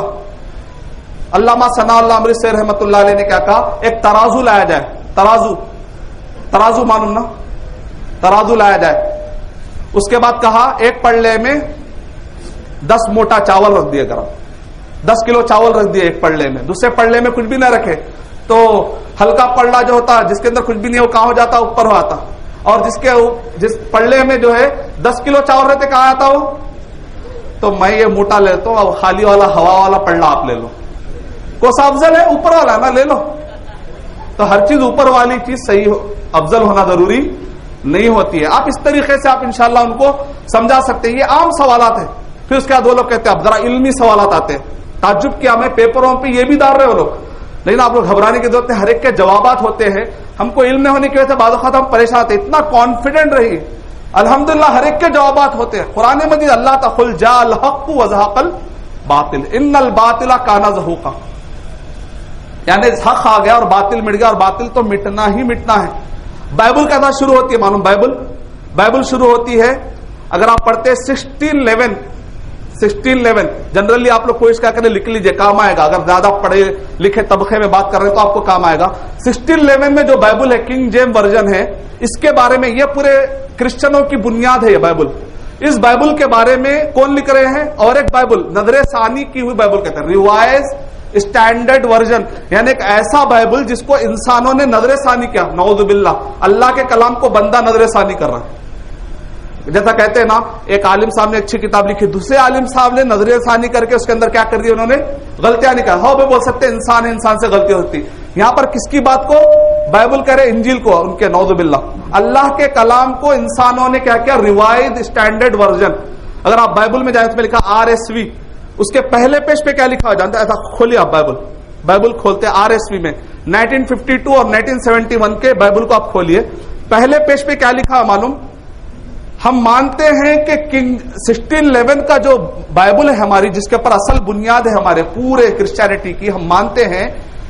اس کے باوجود بھی اس میں بہت بڑے بڑے غلطیاں کہتے ہیں, گڑے ہیں کہتے ہیں, اللہ لکھ در غلطیاں ہیں, لیکن غلطیاں بھی ہے تو وہ اوپر والے کا اچھا یہ ماننا پڑتا کہتے ہیں. ایسا جا کے کنٹینیو ہو رہی بات, یعنی بائبل کیسا شروع ہو رہی ہے, اس کے اندر غلطیاں ہیں پھر بھی ماننا پڑتا, اس لیے مان رہے ہم لوگ. قرآن مجید کیسا شروع ہو رہا ہے؟ ذالک الکتاب لا ریب فیہ, چیلنج سے شروع ہو رہی ہے.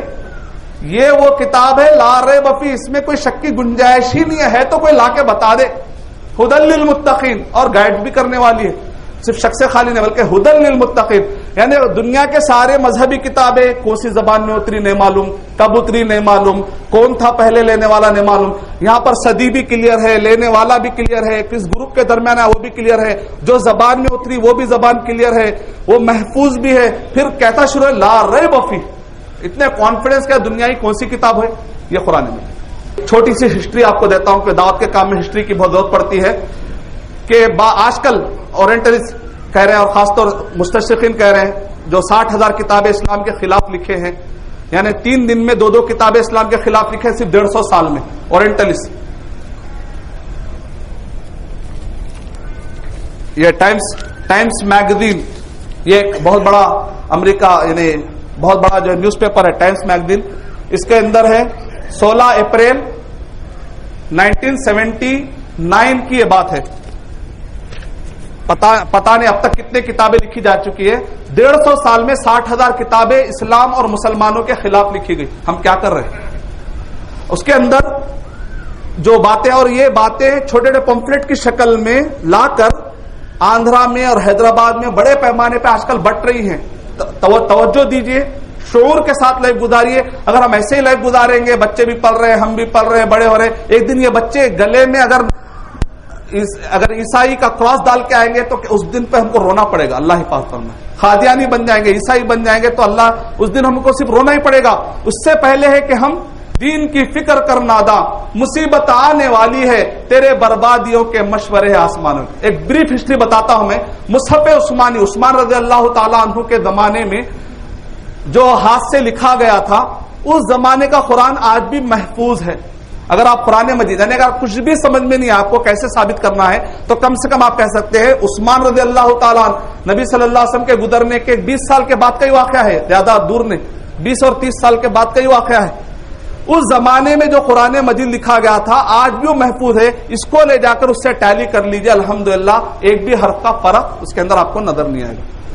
اس کی تھوڑی سی ہسٹری ہے، تھوڑی سی بریف۔ 3 نسخے پائے جاتے ہیں، 7 آفیشل نسخے عثمان رضی اللہ تعالیٰ عنہ نے بھیجائے تھے، اس میں سے آج 3 پائے جاتے ہیں، اتنی ہسٹری میں الحمدللہ محفوظ رہے۔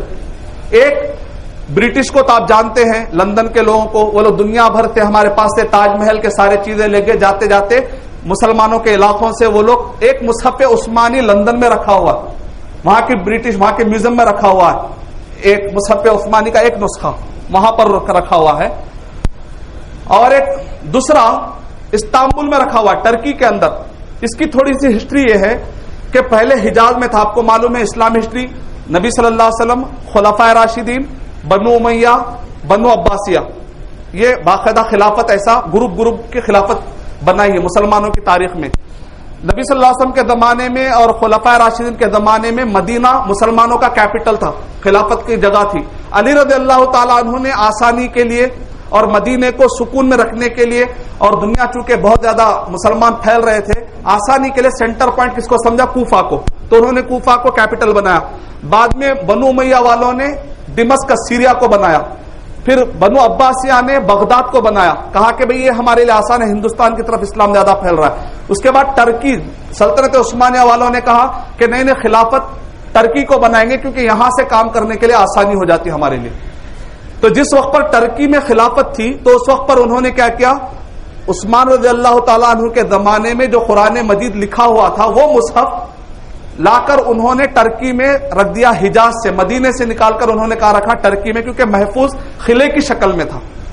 پھر اس کے بعد فرسٹ ورلڈ وار جب ہوئی تو اس وقت پر جرمنی کے لوگوں نے حملہ کیا اور مسلمان ٹرکی پر حملہ کیا، ٹرکی پر حملہ کر کے وہ مصحف، ان کو معلوم تھا کہ مسلمان تاج کو پسند نہیں کرتے، ہیرے جواہرات کو پسند نہیں کرتے، مسلمان سب سے زیادہ کس کو پسند کرتے ہیں؟ قرآن مجید کو۔ تو یہ قرآن مجید کے مصحف کو وہ لے کر چلے گئے اور جا کر برلن کے میوزیم میں انہوں نے رکھ دیا، برلن کے میوزیم میں انہوں نے رکھ دیا۔ پھر اس کے بعد 1919 میں جو فرسٹ ورلڈ وار جب ختم ہونے کے بعد کا واقعہ ہے، 28 جون 1919 میں 1919 میں اس کو کہتے ہیں پیس ٹریٹی آف ورسل کے ایریا میں یہ ٹریٹی ہوئی کہ بھئی ہم کو ابھی جنگ نہیں لڑنا ہے، جنگ ختم کرو۔ جنگ ختم کرنے کے ایک پیس ٹریٹی بنا، ایک معاہدہ بنا، وہ ایک بڑی بک میں یہ ہے، وہ پیس ٹریٹی جو فرسٹ ورلڈ وار کے وقت ختم پر یہ معاہدہ، ایک موٹی بک ہے، اس موٹی بک کا شروع کا میں نے پیج آپ کے لیے پرنٹ آؤٹ نکالا ہے تاکہ اس ٹریٹی کے اندر لکھا ہوا ہے 246، اس کا آرٹیکل نمبر 246 میں لکھا ہوا ہے کہ اس کے اندر یہ تھا کہ بھائی جو بھی جائیدادیں تم نے لوٹی ہے سب واپس کر دو، سب واپس کر دو، اس کا تاج واپس کر دیا جائے۔ 246 میں لکھا ہوا ہے کہ ٹرکی سے جو تم نے عثمان رضی اللہ تعالیٰ عنہ کے زمانے کا ہاتھ کا لکھا ہوا نسخہ، وہ لوگ خود مان رہے، دیکھیں یعنی غیر مسلم خود ماننے کے لیے تیار ہے کہ عثمان رضی اللہ تعالیٰ کے زمانے کے ہاتھ کا لکھا ہوا ہے، یہ جو تم نے ٹرکی سے اٹھا کر برلن میں لایا ہے واپس کر دو کہا، اور اس کے بعد اس کو واپس کر دیا گیا۔ تب سے لے کر 1919 سے لے کر الحمدللہ ٹرکی میں واپس مصحف عثمانی محفوظ ہے۔ دوسرا جو نسخہ ہے یہ تاشقند کی میوزیم کا ہے، تاشقند میں رکھا ہوا ہے۔ اس کی تھوڑی سی ہسٹری یہ ہے کہ جس وقت پر دمشق میں حکومت تھی مسلمانوں کی تو مدینے سے ایک مصحف لے جا کے دمشق میں رکھ لیے تھے۔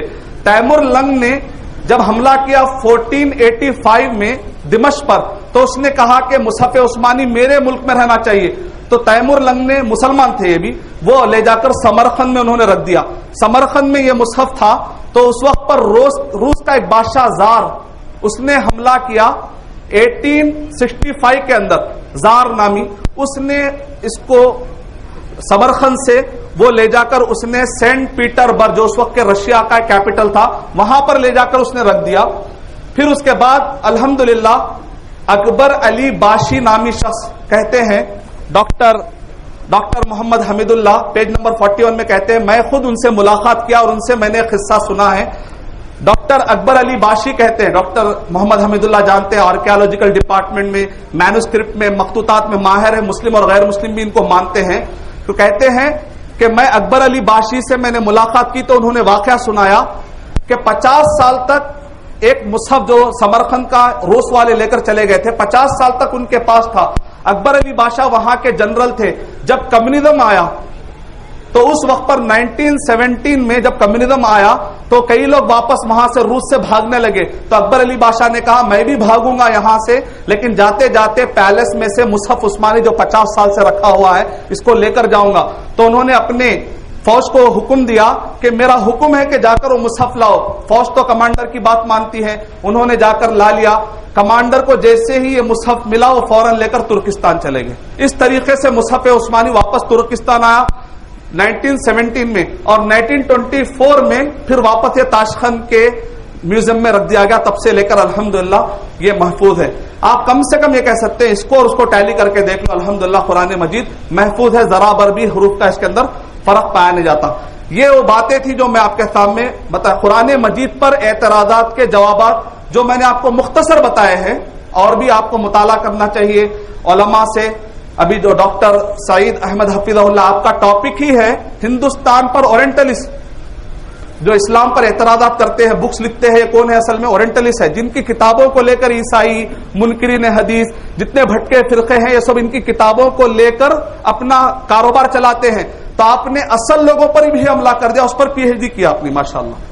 تو آپ شیخ سے بھی انشاءاللہ اس سے استفادہ کر سکتے ہیں، اور بہت سارے ویب سائٹ کا آپ مطالعہ کریں، علماء سے تعلق رکھیں، اور علماء سے آپ یہ سوالات اگر جوابات انشاءاللہ لیں تو انشاءاللہ مجھے امید ہے کہ صحیح طریقے سے جو جواب ہو سکتا ہے انشاءاللہ ہم جواب دیں گے. مقصد یہ ہے تاکہ ہم پہلے اپنے آپ کو بچا سکیں، یعنی جیسا آپ کہتے ہیں تحفظ المسلمین، مسلمانوں کی پہلے حفاظت کریں، ان کو بھٹکنے سے بچائے، پھر ساتھ میں کہ دوسروں کو بھی جہنم سے بچانے کی فکر کریں. اس نیت سے اگر علم حاصل کریں گے تو انشاءاللہ اللہ تعالیٰ اس میں برکت دیں گے.